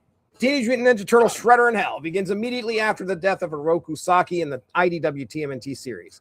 Instead of passing on, Saki awakens in a shifting, nightmarish afterlife where he is forced to relive fragments of his past, his crimes, and his legacy. Guided at times by the spirit of Splinter, Saki navigates a hostile underworld filled with distorted reflections of familiar figures, including demonic versions of the turtles and manifestations of his former selves. These trials force him to confront not just what he's done, but who he has been across multiple incarnations. As the journey continues, the story reveals that Saki's soul has long been entangled in a cosmic struggle involving ancient gods known as the Pantheon. He was never just a man, but a vessel meant to contain the destructive power of a dragon god tied to his bloodline. Faced with the choice to embrace the destiny or reject it, Saki ultimately fights to reclaim his own identity and free will. By the end of the series, he is not redeemed in a traditional heroic sense, but transformed, emerging from the underworld, having broken free from the forces that shaped him, setting the stage for his return to the living world and his role in the next issue, TMNT number 100. All right, Mark, I'm not going to ask you just yet. We're going to do the quiz. All right? I told you to do the homework. You didn't do the homework. And you know, you're going to suffer for not doing the homework because there's 114 yes or no questions that you're going to answer right now. Jesse, I don't know why you're doing this to yourself. Yes or no? Here we go. When you asked who my favorite Ninja Turtle was, I said Yertle. Yes or no? Here we go. Okay. Did you enjoy reading this more than you expected going in? No. Did the book feel more important rather than just supplemental? I'm only allowed to answer yes or no. I mean, you don't have. You can elaborate if you want, but try to remember. There's 114 of these. I don't want you falling asleep on the podcast. I'm not my girlfriend. She's my sleepy pie. Check out the album. Here's the problem. Like, I think it's an interesting take on like Dante's Inferno, and I think that's its value. Okay. All right. All right. Did it feel like a story that justified its own existence? Yes. Okay.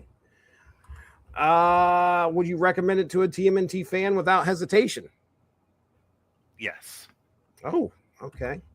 Do you feel confident you understood what was happening most of the time? No. Oh, Lordy, no. Oh, Lordy, no. Did the story feel too abstract for your taste at points? I mean, it's no Doom Patrol. Okay. Doom Patrol. By the way, the guy who's the Darth Maul fan, best stream I've seen all day. Well, thank you. We appreciate that. Thank you very much. Definitely appreciate that. Did you feel lost in a way that enhanced that experience rather than hurt it? I don't even understand that question. Did you feel lost in a way that enhanced the experience rather than hurt I don't like not knowing what I'm reading. Okay. I had sex in the middle of the book. Does that help? Please. I'm not putting that in here. Please put that as that's my answer. That'll start being my answer. What happens in a book? Well, I put the book to the side. It's not like I had it on her case. You knew what happened in the book. While I was reading it. Did you ever feel like you needed outside explanation to get it? I definitely felt like having not read the previous 100 issues of the IDW TMNT series that, yes, I was lost. And I probably, in retrospect, we shouldn't have done this book. Mm-hmm. Okay. All right. All right. Did this version of Shredder feel more human than past versions? I don't know about human, but more relatable, I think, because Okay. the other iterations of Shredder is he's kind of a child's cartoon boss, Okay. and here he feels like a conflicted human. Did the story successfully make you empathize with the Rokusaki? That's Shredder, right? Yes. Yes. Okay. Did his internal struggle feel genuine rather than forced? Yes. Okay. Did you buy the idea that Shredder could change without being redeemed? He doesn't really get redeemed at the end of this. It's just more along the lines of like, okay, I'm not going to be this person anymore. But so that's kind of what they're talking from. I'll buy that. I think he does. I think he is different at the beginning of the book than he is at the end. Okay. Did the metaphysical spiritual angle work for you? Ugh, God.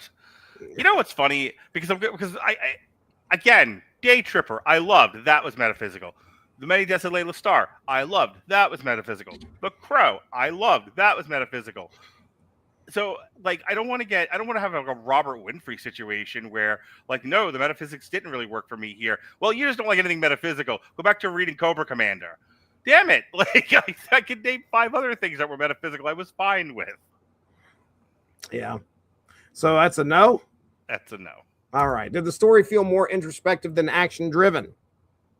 Yes. Okay. Did the heavy themes feel earned rather than pretentious? Ooh. It definitely felt pretentious. Okay. All right.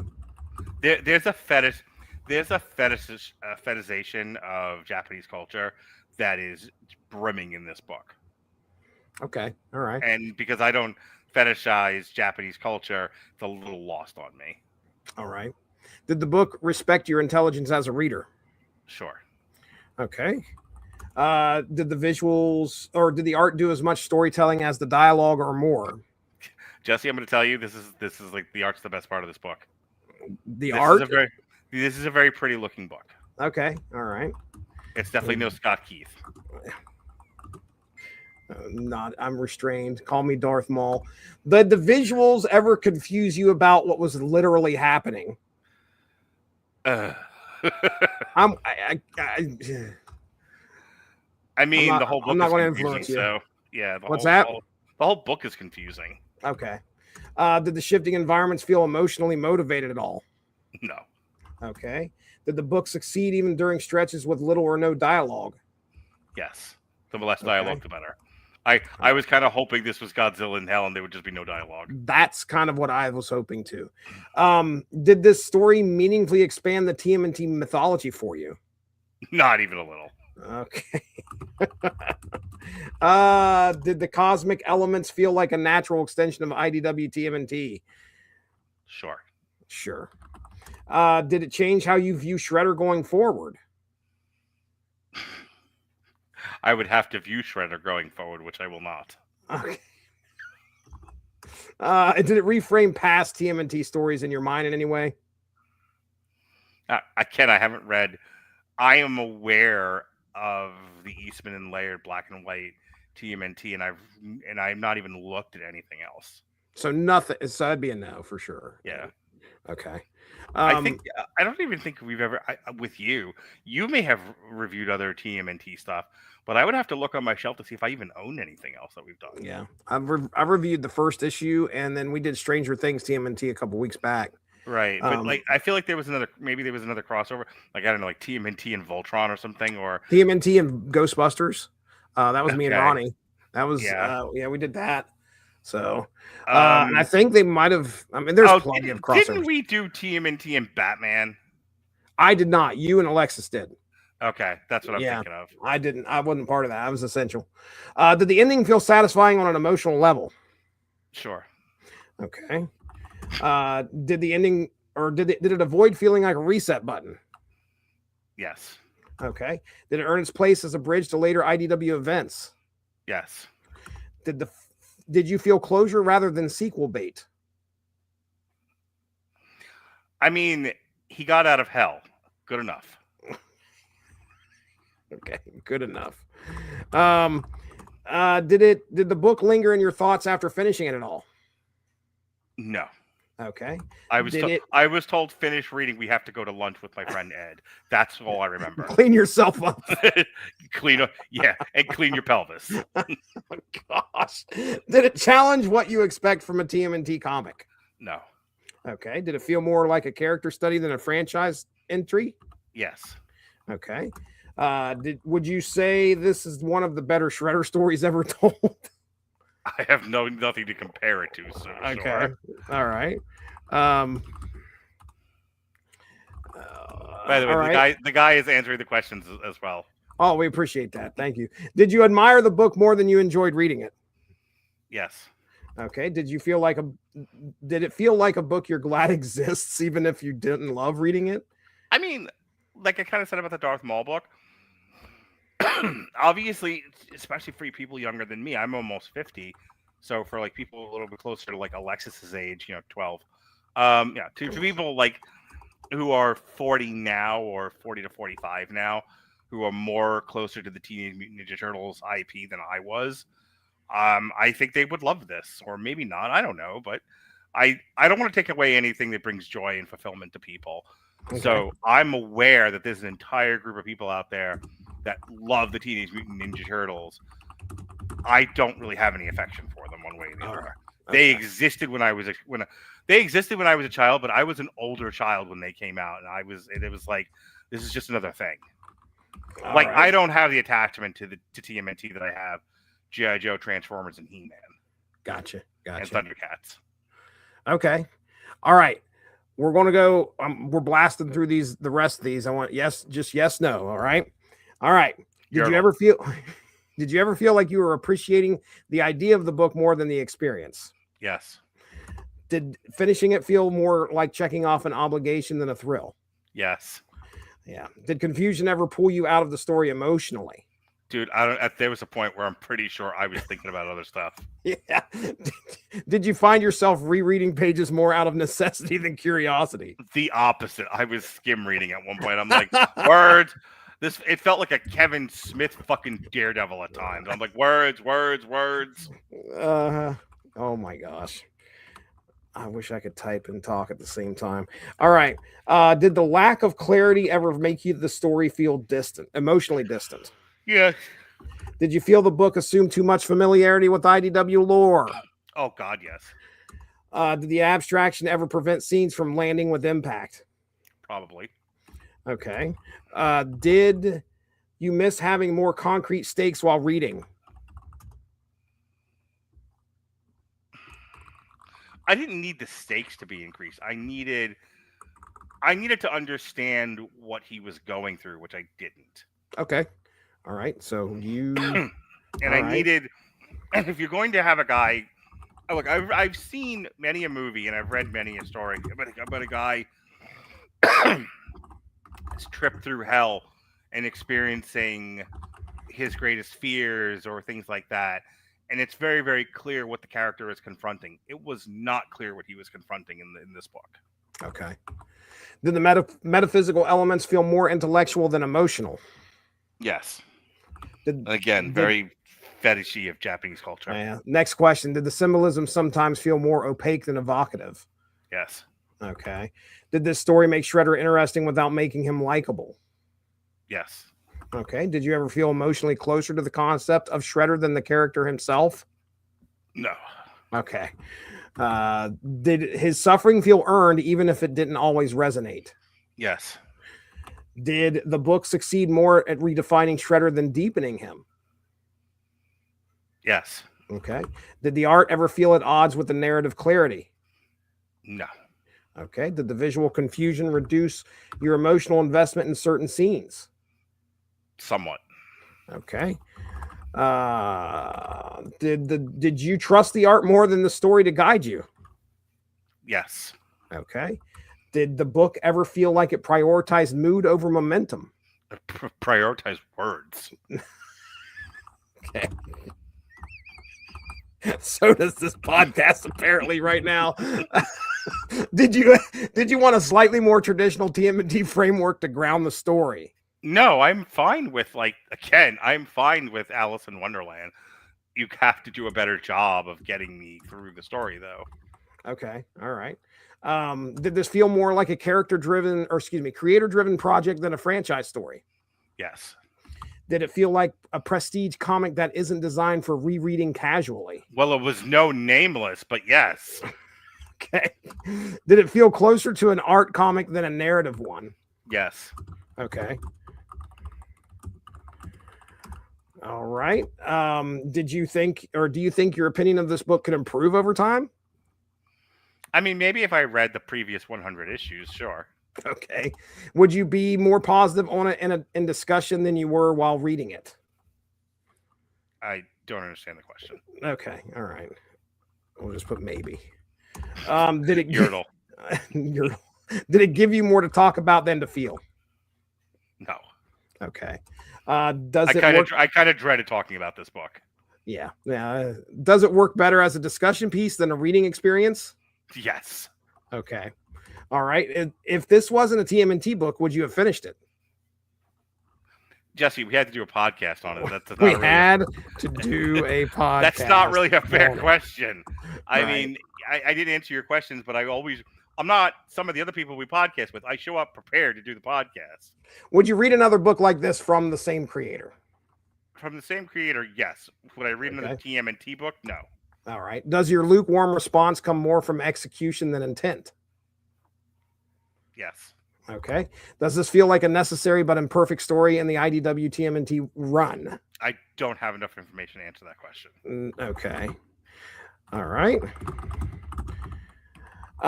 Did the book feel like it was written for the creator first and the reader second? No, it was written specifically for fans of this particular series. Okay. Did you ever feel like the book? Honestly, I think we're doing the book. I think we're doing the book a huge disservice by not having somebody who has read the series up to this point. So, if Ben were here and he had read the whole thing, you'd have a completely different take on this book. Right. Did you ever feel like the book was daring you to keep up rather than inviting you in? Yes. Okay. Did the story feel more? The book did not give a fuck about its readers. No. Did the story feel more rewarding after finishing it than while reading it? One more time. Did the story feel more rewarding after finishing than while reading? Okay. No. Did you feel emotionally held at arm's length on purpose? Yes. Did you want more moments of stillness focused purely on Saki's emotions? Yes. Did the story move past emotional beats too quickly? Yes. Did the book ever ask you to infer emotion instead of letting you feel it? Yes. Did the abstraction interfere with empathy more than it enhanced it? You know what I'm getting from these questions? And I keep saying it fetishizes Japanese culture. I actually can tell you exactly why I don't like this book. Okay. Because it's basically a manga. Oh, all right then. All right. So, let me tell you why I don't like manga. For one thing, I'm not 12. For another, I'm not a girl. So many good manga stories. But in all seriousness, though the few mangas that I've read, and my son will hear me say this, so he'll run over and back me up or not. But just kind of listening to my daughter talk about the mangas that she's read, listening to my son talk about the mangas that he's read. That's a lie. You've read the Splatoon and you've read the Link ones. Splatoon? You still read them, you asshole. Let's stop doing what thanks, Grandpa. But it gets corn, and I don't remember. I was dead at the time. Anyway, my son who doesn't read mangas, who's read mangas, as I was saying, they are very word heavy. So some of the best stuff that we've read, and we've talked about on source material over the last 14 years, showed not told. Yeah. One of the biggest criticisms that we've had was when something got overly wordy. The worst thing we've read on here, one of the worst things we've read on here, was Kevin Smith's Daredevil. Yep. Because he never knew when to stop. Right. And everything got over-explained. There's long stretches of block dialogue. Like, I'm a reader. I read nonfiction. I used to be smart. Read nonfiction books. I've read Pulitzer Prize winners. I'm not afraid of a wordy tomb. However, in my comic books, which are a visual medium, believe it or not, you should do more showing, not telling, I think. And this is overly reliant on speech bubbles. Most mangas that I've seen are overly reliant on speech bubbles. quite frankly, the animes are overly reliant on dialogue. It's two characters standing in a space, block dialogue, fire hosing each other. It drives me up the wall. We're gonna have, and that's what I got out of this. Was there was so when people agree with me, they're automatically cool in my book. And I want them to be more a part of the show. So he's cool right now. It is my problem with Shredder in Hell, as we answer these questions, and it's just that's why I stopped you, was so much of this was tell not show. And I really wanted a book called Shredder in Hell to be more visually appealing, which it's a pretty looking book, but it's a pretty looking book that is cocked up with lots of word bubbles. And it's characters I don't know. It's characters with different, it's the same character with different identities at times. It's a lot of lore I don't have. Instead of just fucking show Shredder dealing with some of his inner shit. And let's get through Godzilla in Hell. Perfect. No dialogue. Yep. Despite Christian's protestations. All right, I'll let you finish. All right, we are just about done. I will let you finish your Inquisition. Here we go. Did the abstraction interfere with empathy? Here we go, the Inquisition. What a show! Did the abstraction interfere with empathy more than it enhanced it? No. Okay. Then we have. Did you ever feel unclear about what Saki would lose if he failed? Well, no, I knew what he would lose. Okay, all right. Then did the lack of clear external antagonist weaken tension? No. Okay. Did the journey feel inevitable rather than suspenseful? No. Okay. Did you feel the story was more about process than outcome? Yes. Okay. Did you ever pause to admire pages even when you weren't fully following them? Honestly, I was speed reading it, but then I went back to flip through and look at the artwork because the artwork was pretty. All right. Did the visual beauty sometimes replace narrative clarity? I mean, it definitely substituted. Okay. Did you feel the art was asking you to slow down more than the story demanded? No. If anything, the artwork was keeping me engaged. Okay. Did the book require an art comic reading mode rather than a standard one? The fuck did that mean? Yeah, that's what I'm putting in there. What does that mean? Make sure you write it the way I said it. What the fuck do that mean? What? Did you miss Gus from The Wire season 5? Yeah, what did that mean?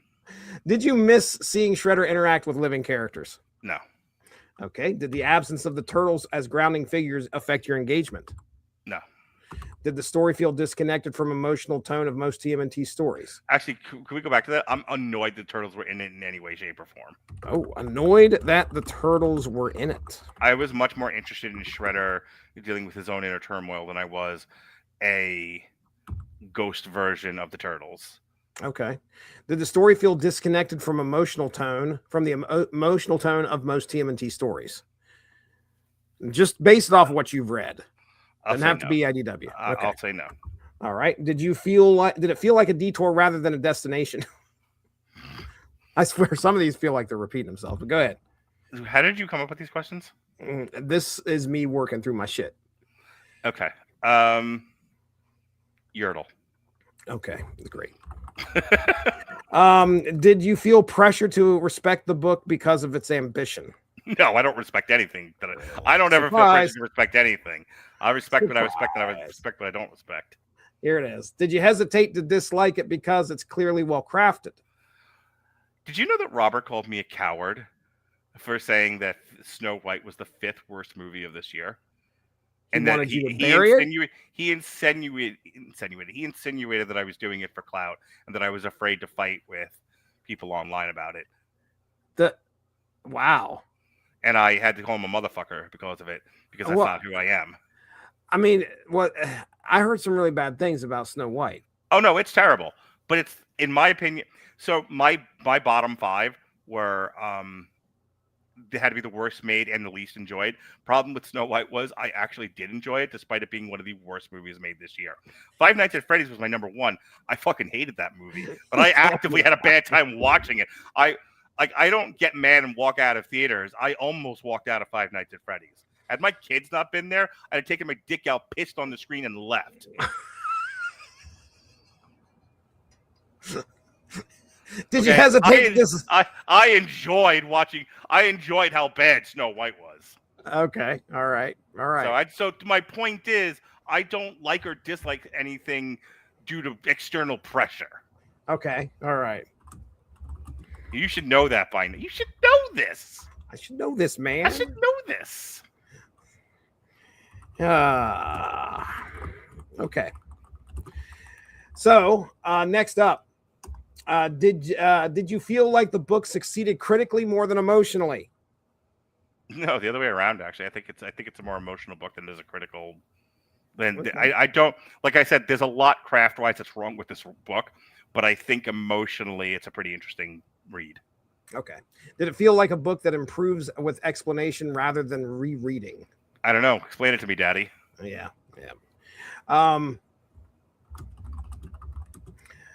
Would a slightly more linear structure have improved your experience? A coherent structure. I wouldn't say linear. Okay. Would fewer metaphysical ideas explored more deeply have helped? Sure. Did you want less symbolism or more character anchoring? Which one did you want? More character anchoring? Yeah. Okay. Does this book ultimately work better in conversation than in solitude? Yes. Okay. Did the book intend to create emotional distance as part of its design? I have no idea what this artist was going for, but I would like to see like a conversation between the guy who wrote this and the guy who wrote Day Tripper. Okay. All right. Did the distance work against your personal reading preferences? Yes. Did the book mistake restraint for depth in places? That's the thing. I'm real quick to call out if I think something is shallow that is pretending or cosplaying as deeper than it really is. I don't get the sense of that with this book. Okay. All right. Did you want to sit with Saki longer as a person rather than a symbol? Yes. Okay. Did the book resolve ideas more clearly than emotions? No. Okay. Did Saki ever feel like a vehicle for themes more than a fully present character? No. All right. Did the book feel episodic rather than cumulative? No. Did you want clearer cause and effect between scenes? How many more questions are there? There are 14 left. I told you yes or no. Come on, let's go. Okay. Stop beating me, Daddy. Did you want clearer cause and effect between scenes? No. Okay. Did the lack of narrative handholds increase fatigue while reading? Yes. Did the arts sometimes ask you to decode rather than absorb? Yes. All right. Did you feel like understanding panels took effort away from emotional engagement? Yes.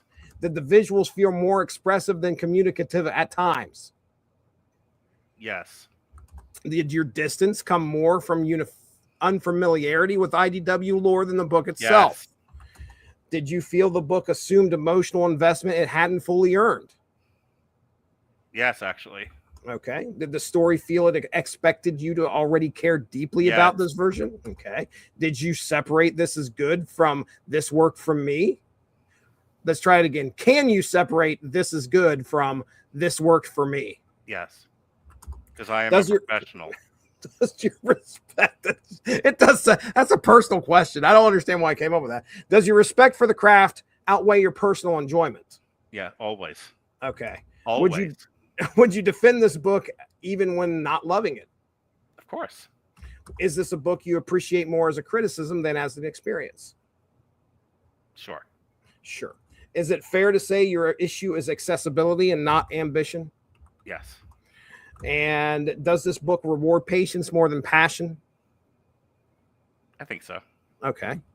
And then finally, is your reaction closer to measured disappointment than frustration? No, it's definitely closer to frustration. Okay. Wow, we did it, Mark. We really got down to the nitty gritty on this. Now, what we're about to do is we are going to go into Google, and then we will finalize our thoughts on Shredder in Hell here. So give me just 1 second. The AI is going to be like, stop doing comic book reviews tomorrow. All right. Do this. Is our buddy still with us? Yeah.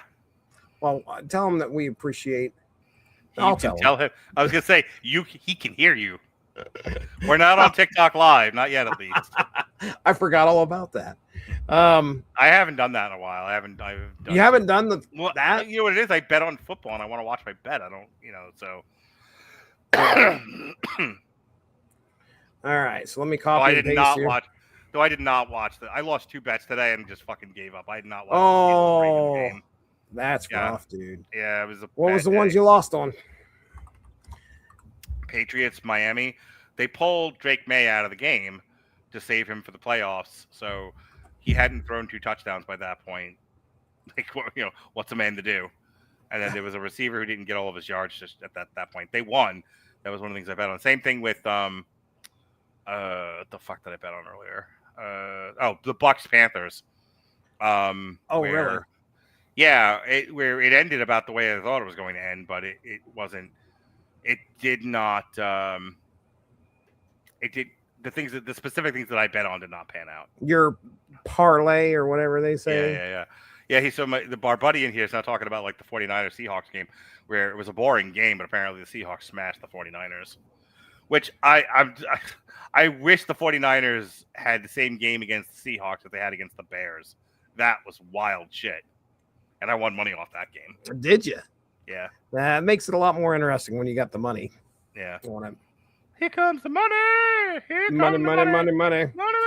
All right. So here are Mark and I's responses.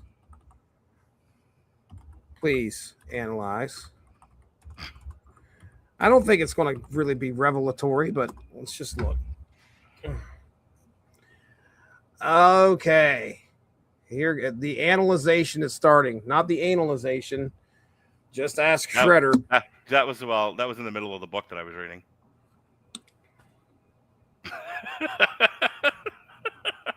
You're welcome. Unbelievable. Cardiovascular activity. You remember those days? I remember those days. What the hell are you talking about? Yes, analyze the spreadsheet and the questions. Gosh, go for it. Did it give you a recipe for duck soup? It's like, I can't do this unless you. And I'm like, oh, do I have to do both of those things? No, I told him to explicitly do it. All right, it's reading the document. Let's just see where we both land. Oh my gosh. All right. So while Jesse makes magic, we will be back on February 1st, for those that care, with another source material live. So Jesse and I have a content sharing agreement where we do this live on the W2M feed, and then he cuts it up and puts it into his own podcast feed at a later date. So right now you're getting kind of like the raw feed. We're giving it to you raw. But Jesse's got a podcast that's audio only that's cut up and edited and all that other stuff. So these will be cut up into individual episodes. The next time we do a raw feed like this will be February 1st. We are looking at the entirety, I believe it's 12 issues, of the CM Punk Drax series. The trades are The Greatest Detective in the World and The Children's Crusade. And then just so we had a third Drax book, I can't remember the name of it now. Let me look. Yeah, we'll be looking at the CM Punk Drax books, and then Drax the Destroyer Earthfall. That's the name of it. Okay. So that's what we're doing in February, is we're going to be looking at 3 Drax books, 2 of which were written by CM Punk. Nice. So if you don't know who CM Punk is, he's a professional wrestler. And he once took an MMA fight and had his ass handed to him within seconds. Yes. He's a much better chat fighter. He's a much better fake fighter than he is a real fighter. Indeed. All right. Yeah. So, yeah, of all the times that ChatGPT decided that, hey, I'm not going to be able to access the spreadsheet that you gave me clear access to. I'm just going to download it and upload it here. Okay, here's the answers. In Excel, please. While he's doing that, other things that we'll be doing this year. I thought you guys did the whole schedule on Damn You Hollywood, didn't you? The movie schedule, yes. So in March, we'll be doing Batman, Bruce Wayne Murderer. And then at the end of March, Batman, Bruce Wayne Fugitive. May 3rd is Incredible Hercules Volume 1. Somewhere in between May and March and May, we're also doing Supergirl, Woman of Tomorrow. And then May 31st is Hercules Volume 2. July, we're starting World's Finest, Volumes 1 through 3, then 4 to 6. Then the Mike Straczynski run on 4. And then in October, we start Batman by Tom King. We're doing his entire run. We're going to break in November and do a trio of Christmas books. We're doing Batman Noel, because you didn't answer me, Daredevil End of Days, and Submariner. I didn't answer you. Yeah, I asked you if you'd ever done Batman Noel before. When did you ask that? I sent it to you in chat, motherfucker. Oh, I don't listen to you. Clearly. You sumbitch.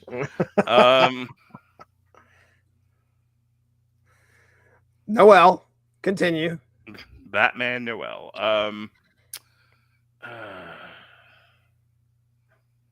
So if you're wondering, like, what else we've done, like, hey, you guys are pretty fun. What other comic books have you done? Well, going all the way back. How far back? Way, way back.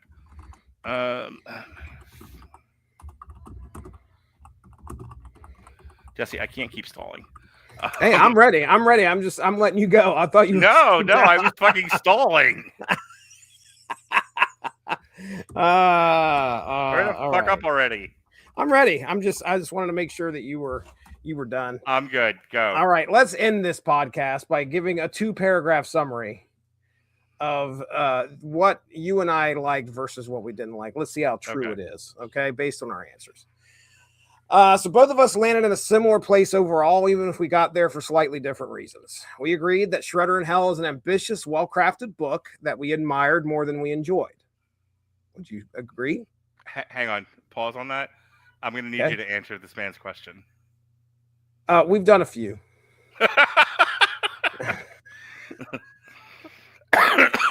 Again, 14 years, we've done plenty of Marvel.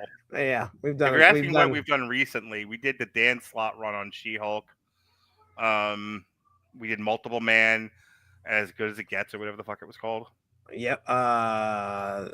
It all makes sense in the end, or something. Yeah, it all makes sense in the end. We've done. I mean, like, how far back do you want to go?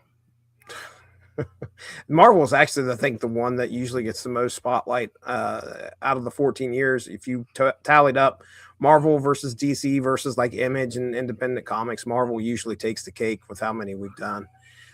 So yeah, dude, you go back to, we do 90s comics all the time. We do, check out the Unspoken Decade on Facebook if you want. You know, that's part of like what our Unspoken Issues podcast is 90s comics, and we do a lot of Marvel 90s over there.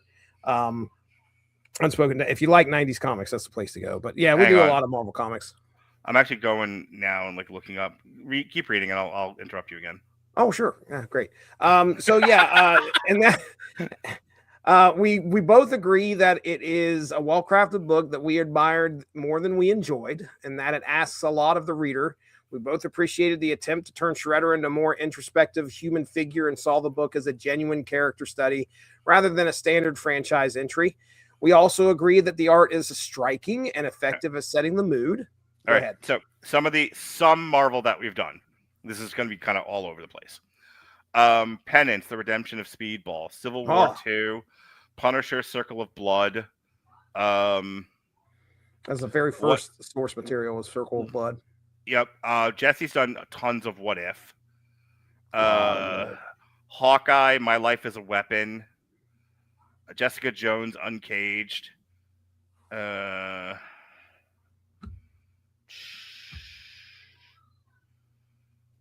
MODOK Head Games. Yeah. That was Secret you. I think you Invasion. and Evan that did that or something, Yeah. if I remember right. Secret Invasion. Maestro, which is the Hulk book. Punisher. Welcome back, Frank. Oh yeah. Was it Nucci? Manucci got the ill communication. Nucci got the ill communication. Cloak and Dagger. Doctor Strange, The Oath.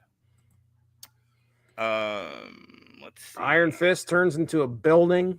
Yeah, a bunch of Iron Fist. LGBTQ Hulk. That would be Ant-Man, Second Chance Man.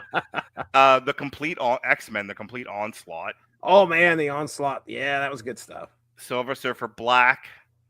Yep, I like that one. Venom, Lethal Protector. Oh yeah. Monsters Unleashed. Oh yeah, that's good stuff. Daredevil, Born Again. Fantastic Four, The Trial of Galactus. Yep, that was a request. New Mutants, The Demon Bear Saga. Luke Cage, Sins of the Father. Deadpool Kills the Marvel Universe. Wow, Philly lost to Washington tonight. Philly is so unpredictable. Punisher, The Platoon. Yeah, that's decent. I think that was. I don't know if I was part of that one. Maybe. Done a lot of Punisher books. One of my favorite characters is the Punisher. Yeah. Las Vegas beat Kansas City. Yeah, well, they've also lost their quarterback and shit. Guardians of the Galaxy 1 through 6. Spider-Verse. So you're just going to list every Marvel comic we ever did. I'm gonna stop in a minute. Fantastic, Fantastic Four 2018. We've got 14 years of comics that we've covered. I want to make sure he gets the question answered. Thor Disassembled, Vision, Avengers No Road Home. I think his question was a yes or no question. No, then he was like, a few isn't enough. So now I'm giving him the fire. Oh, okay. So there's more to the chat. I see. Infinity Gauntlet, Jessica Jones version 2, The Secrets of Maria Hill, Star-Lord. That Star-Lord one was a good one. Yeah. Alias. Did a lot of Alias. We did every issue of that series. MODOK Assassin, House of M. House of M. Good stuff. What are you looking on anyway? I'm just flipping through YouTube. Oh, okay. We did the what do you call it? X-Men Legacy Volume 2, Evasive Exotic. Legion? Yeah, that was the Legion shit. Yeah.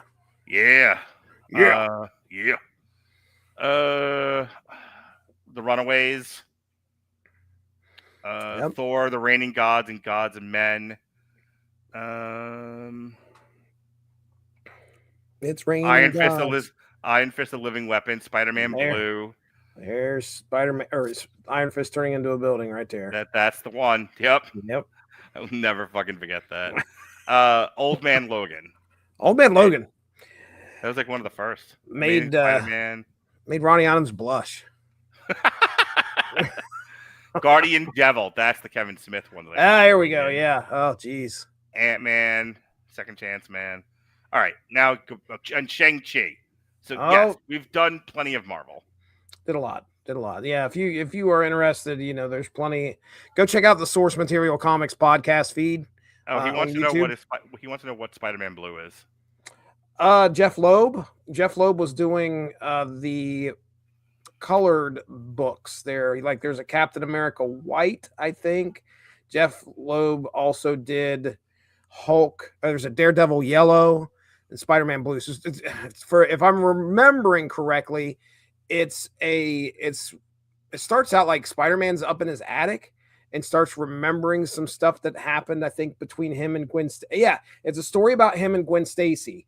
And Mary Jane is kind of like dealing with the fact that, he actually is still genuinely in love with Gwen Stacy. It was somebody they loved. And so it's more of a focus on their relationship. It's not really action packed. There's some action in it, but All You right. know, we read it because we read it. So yeah, it's interesting. Jeff Loeb's a good writer. I just covered something that he did recently too, and I cannot remember what And it that's is. just the source material stuff. Like Jesse said, if you really want to see like a lot of Marvel, there's Unspoken Issues podcast. Oh yeah, ton of stuff there. All right, so Mark, your job is to listen to this, not get distracted, and then just tell me where you think it is correct. If it's not correct, Okay. I'm sure it's correct. But Get whatever. it, Johnny. Here we go. We both appreciated the attempt to turn Shredder into a more introspective human figure and saw the book as a genuine character study rather than a standard franchise entry. Would you agree with that? Yes. Would you also agree that the art is striking and effective at setting the mood, and the story is more about process than outcome, and that the book is conceptually interesting enough to defend, even if it didn't fully click as a reading experience? Yes. There's mutual respect for what the book is trying to do and an acknowledgement that it has value, especially as a prestige or discussion-driven comic. Okay. Where we really diverged was in how and why the book lost us. I don't know about that. We'll see.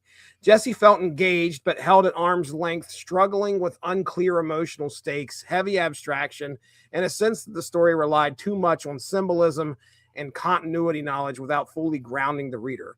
Mark, on the other hand, checked out more quickly due to frustration. Due to frustration with basic clarity. He often didn't understand what Shredder was going through, what was at stake, or what had meaning beyond the surface.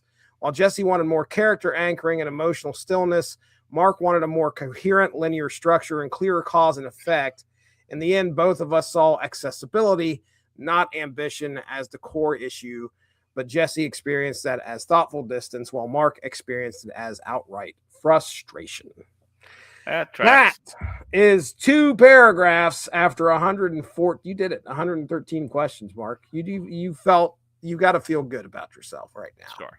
And again, thanks for the listeners, watchers, viewers. What do they call them here on YouTube?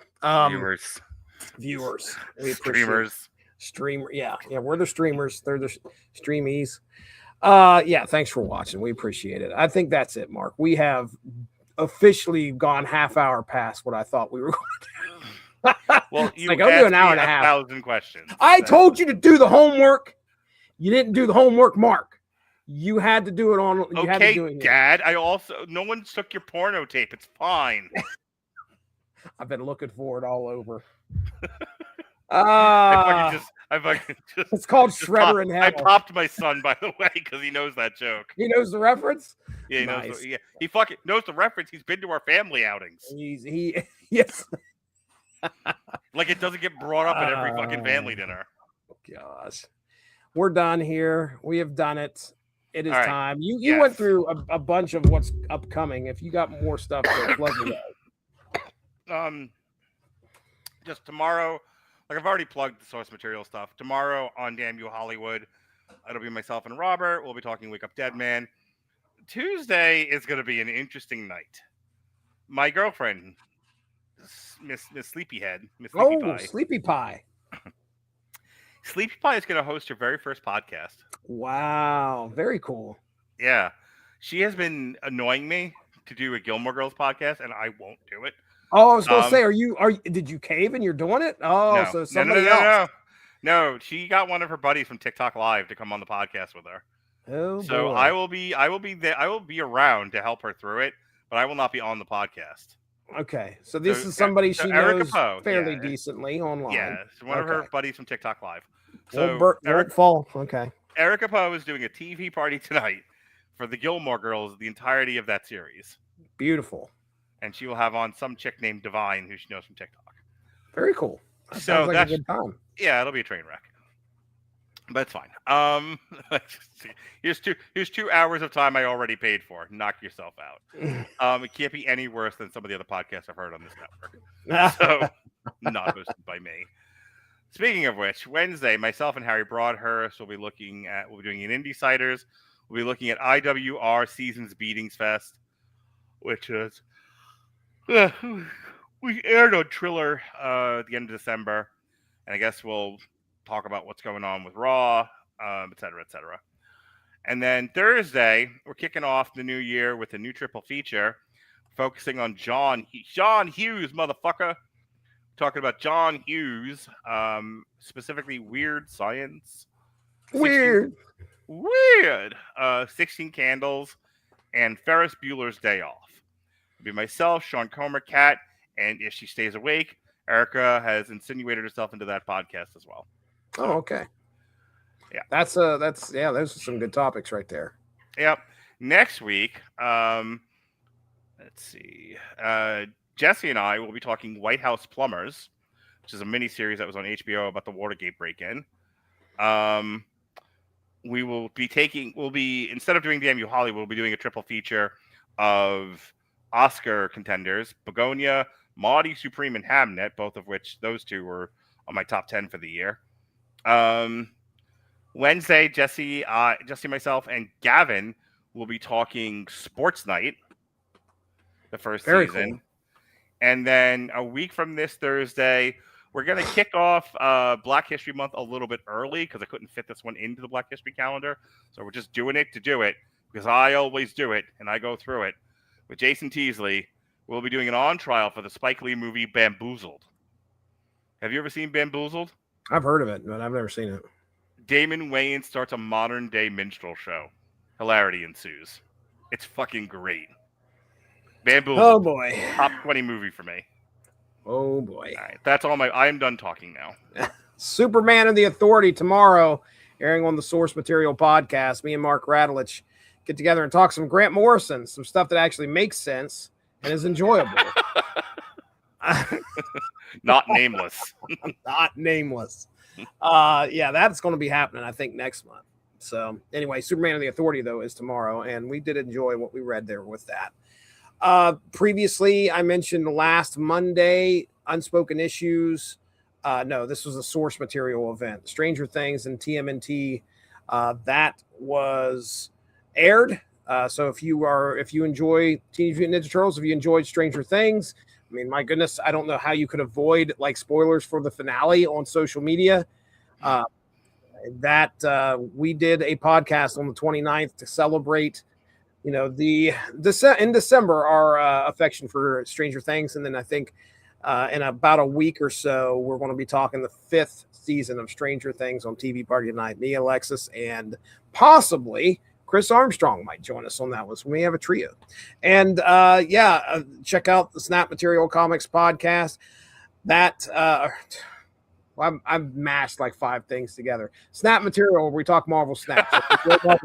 Unspoken Snap Material. What? Me and Evan get together and talk Marvel Snap. We're supposed to record this coming Wednesday, I think, and I better put that on the calendar. I'm going to forget. And that's it. So Thanks for joining us. Yes, everyone, thank you for joining us on Source Material Live.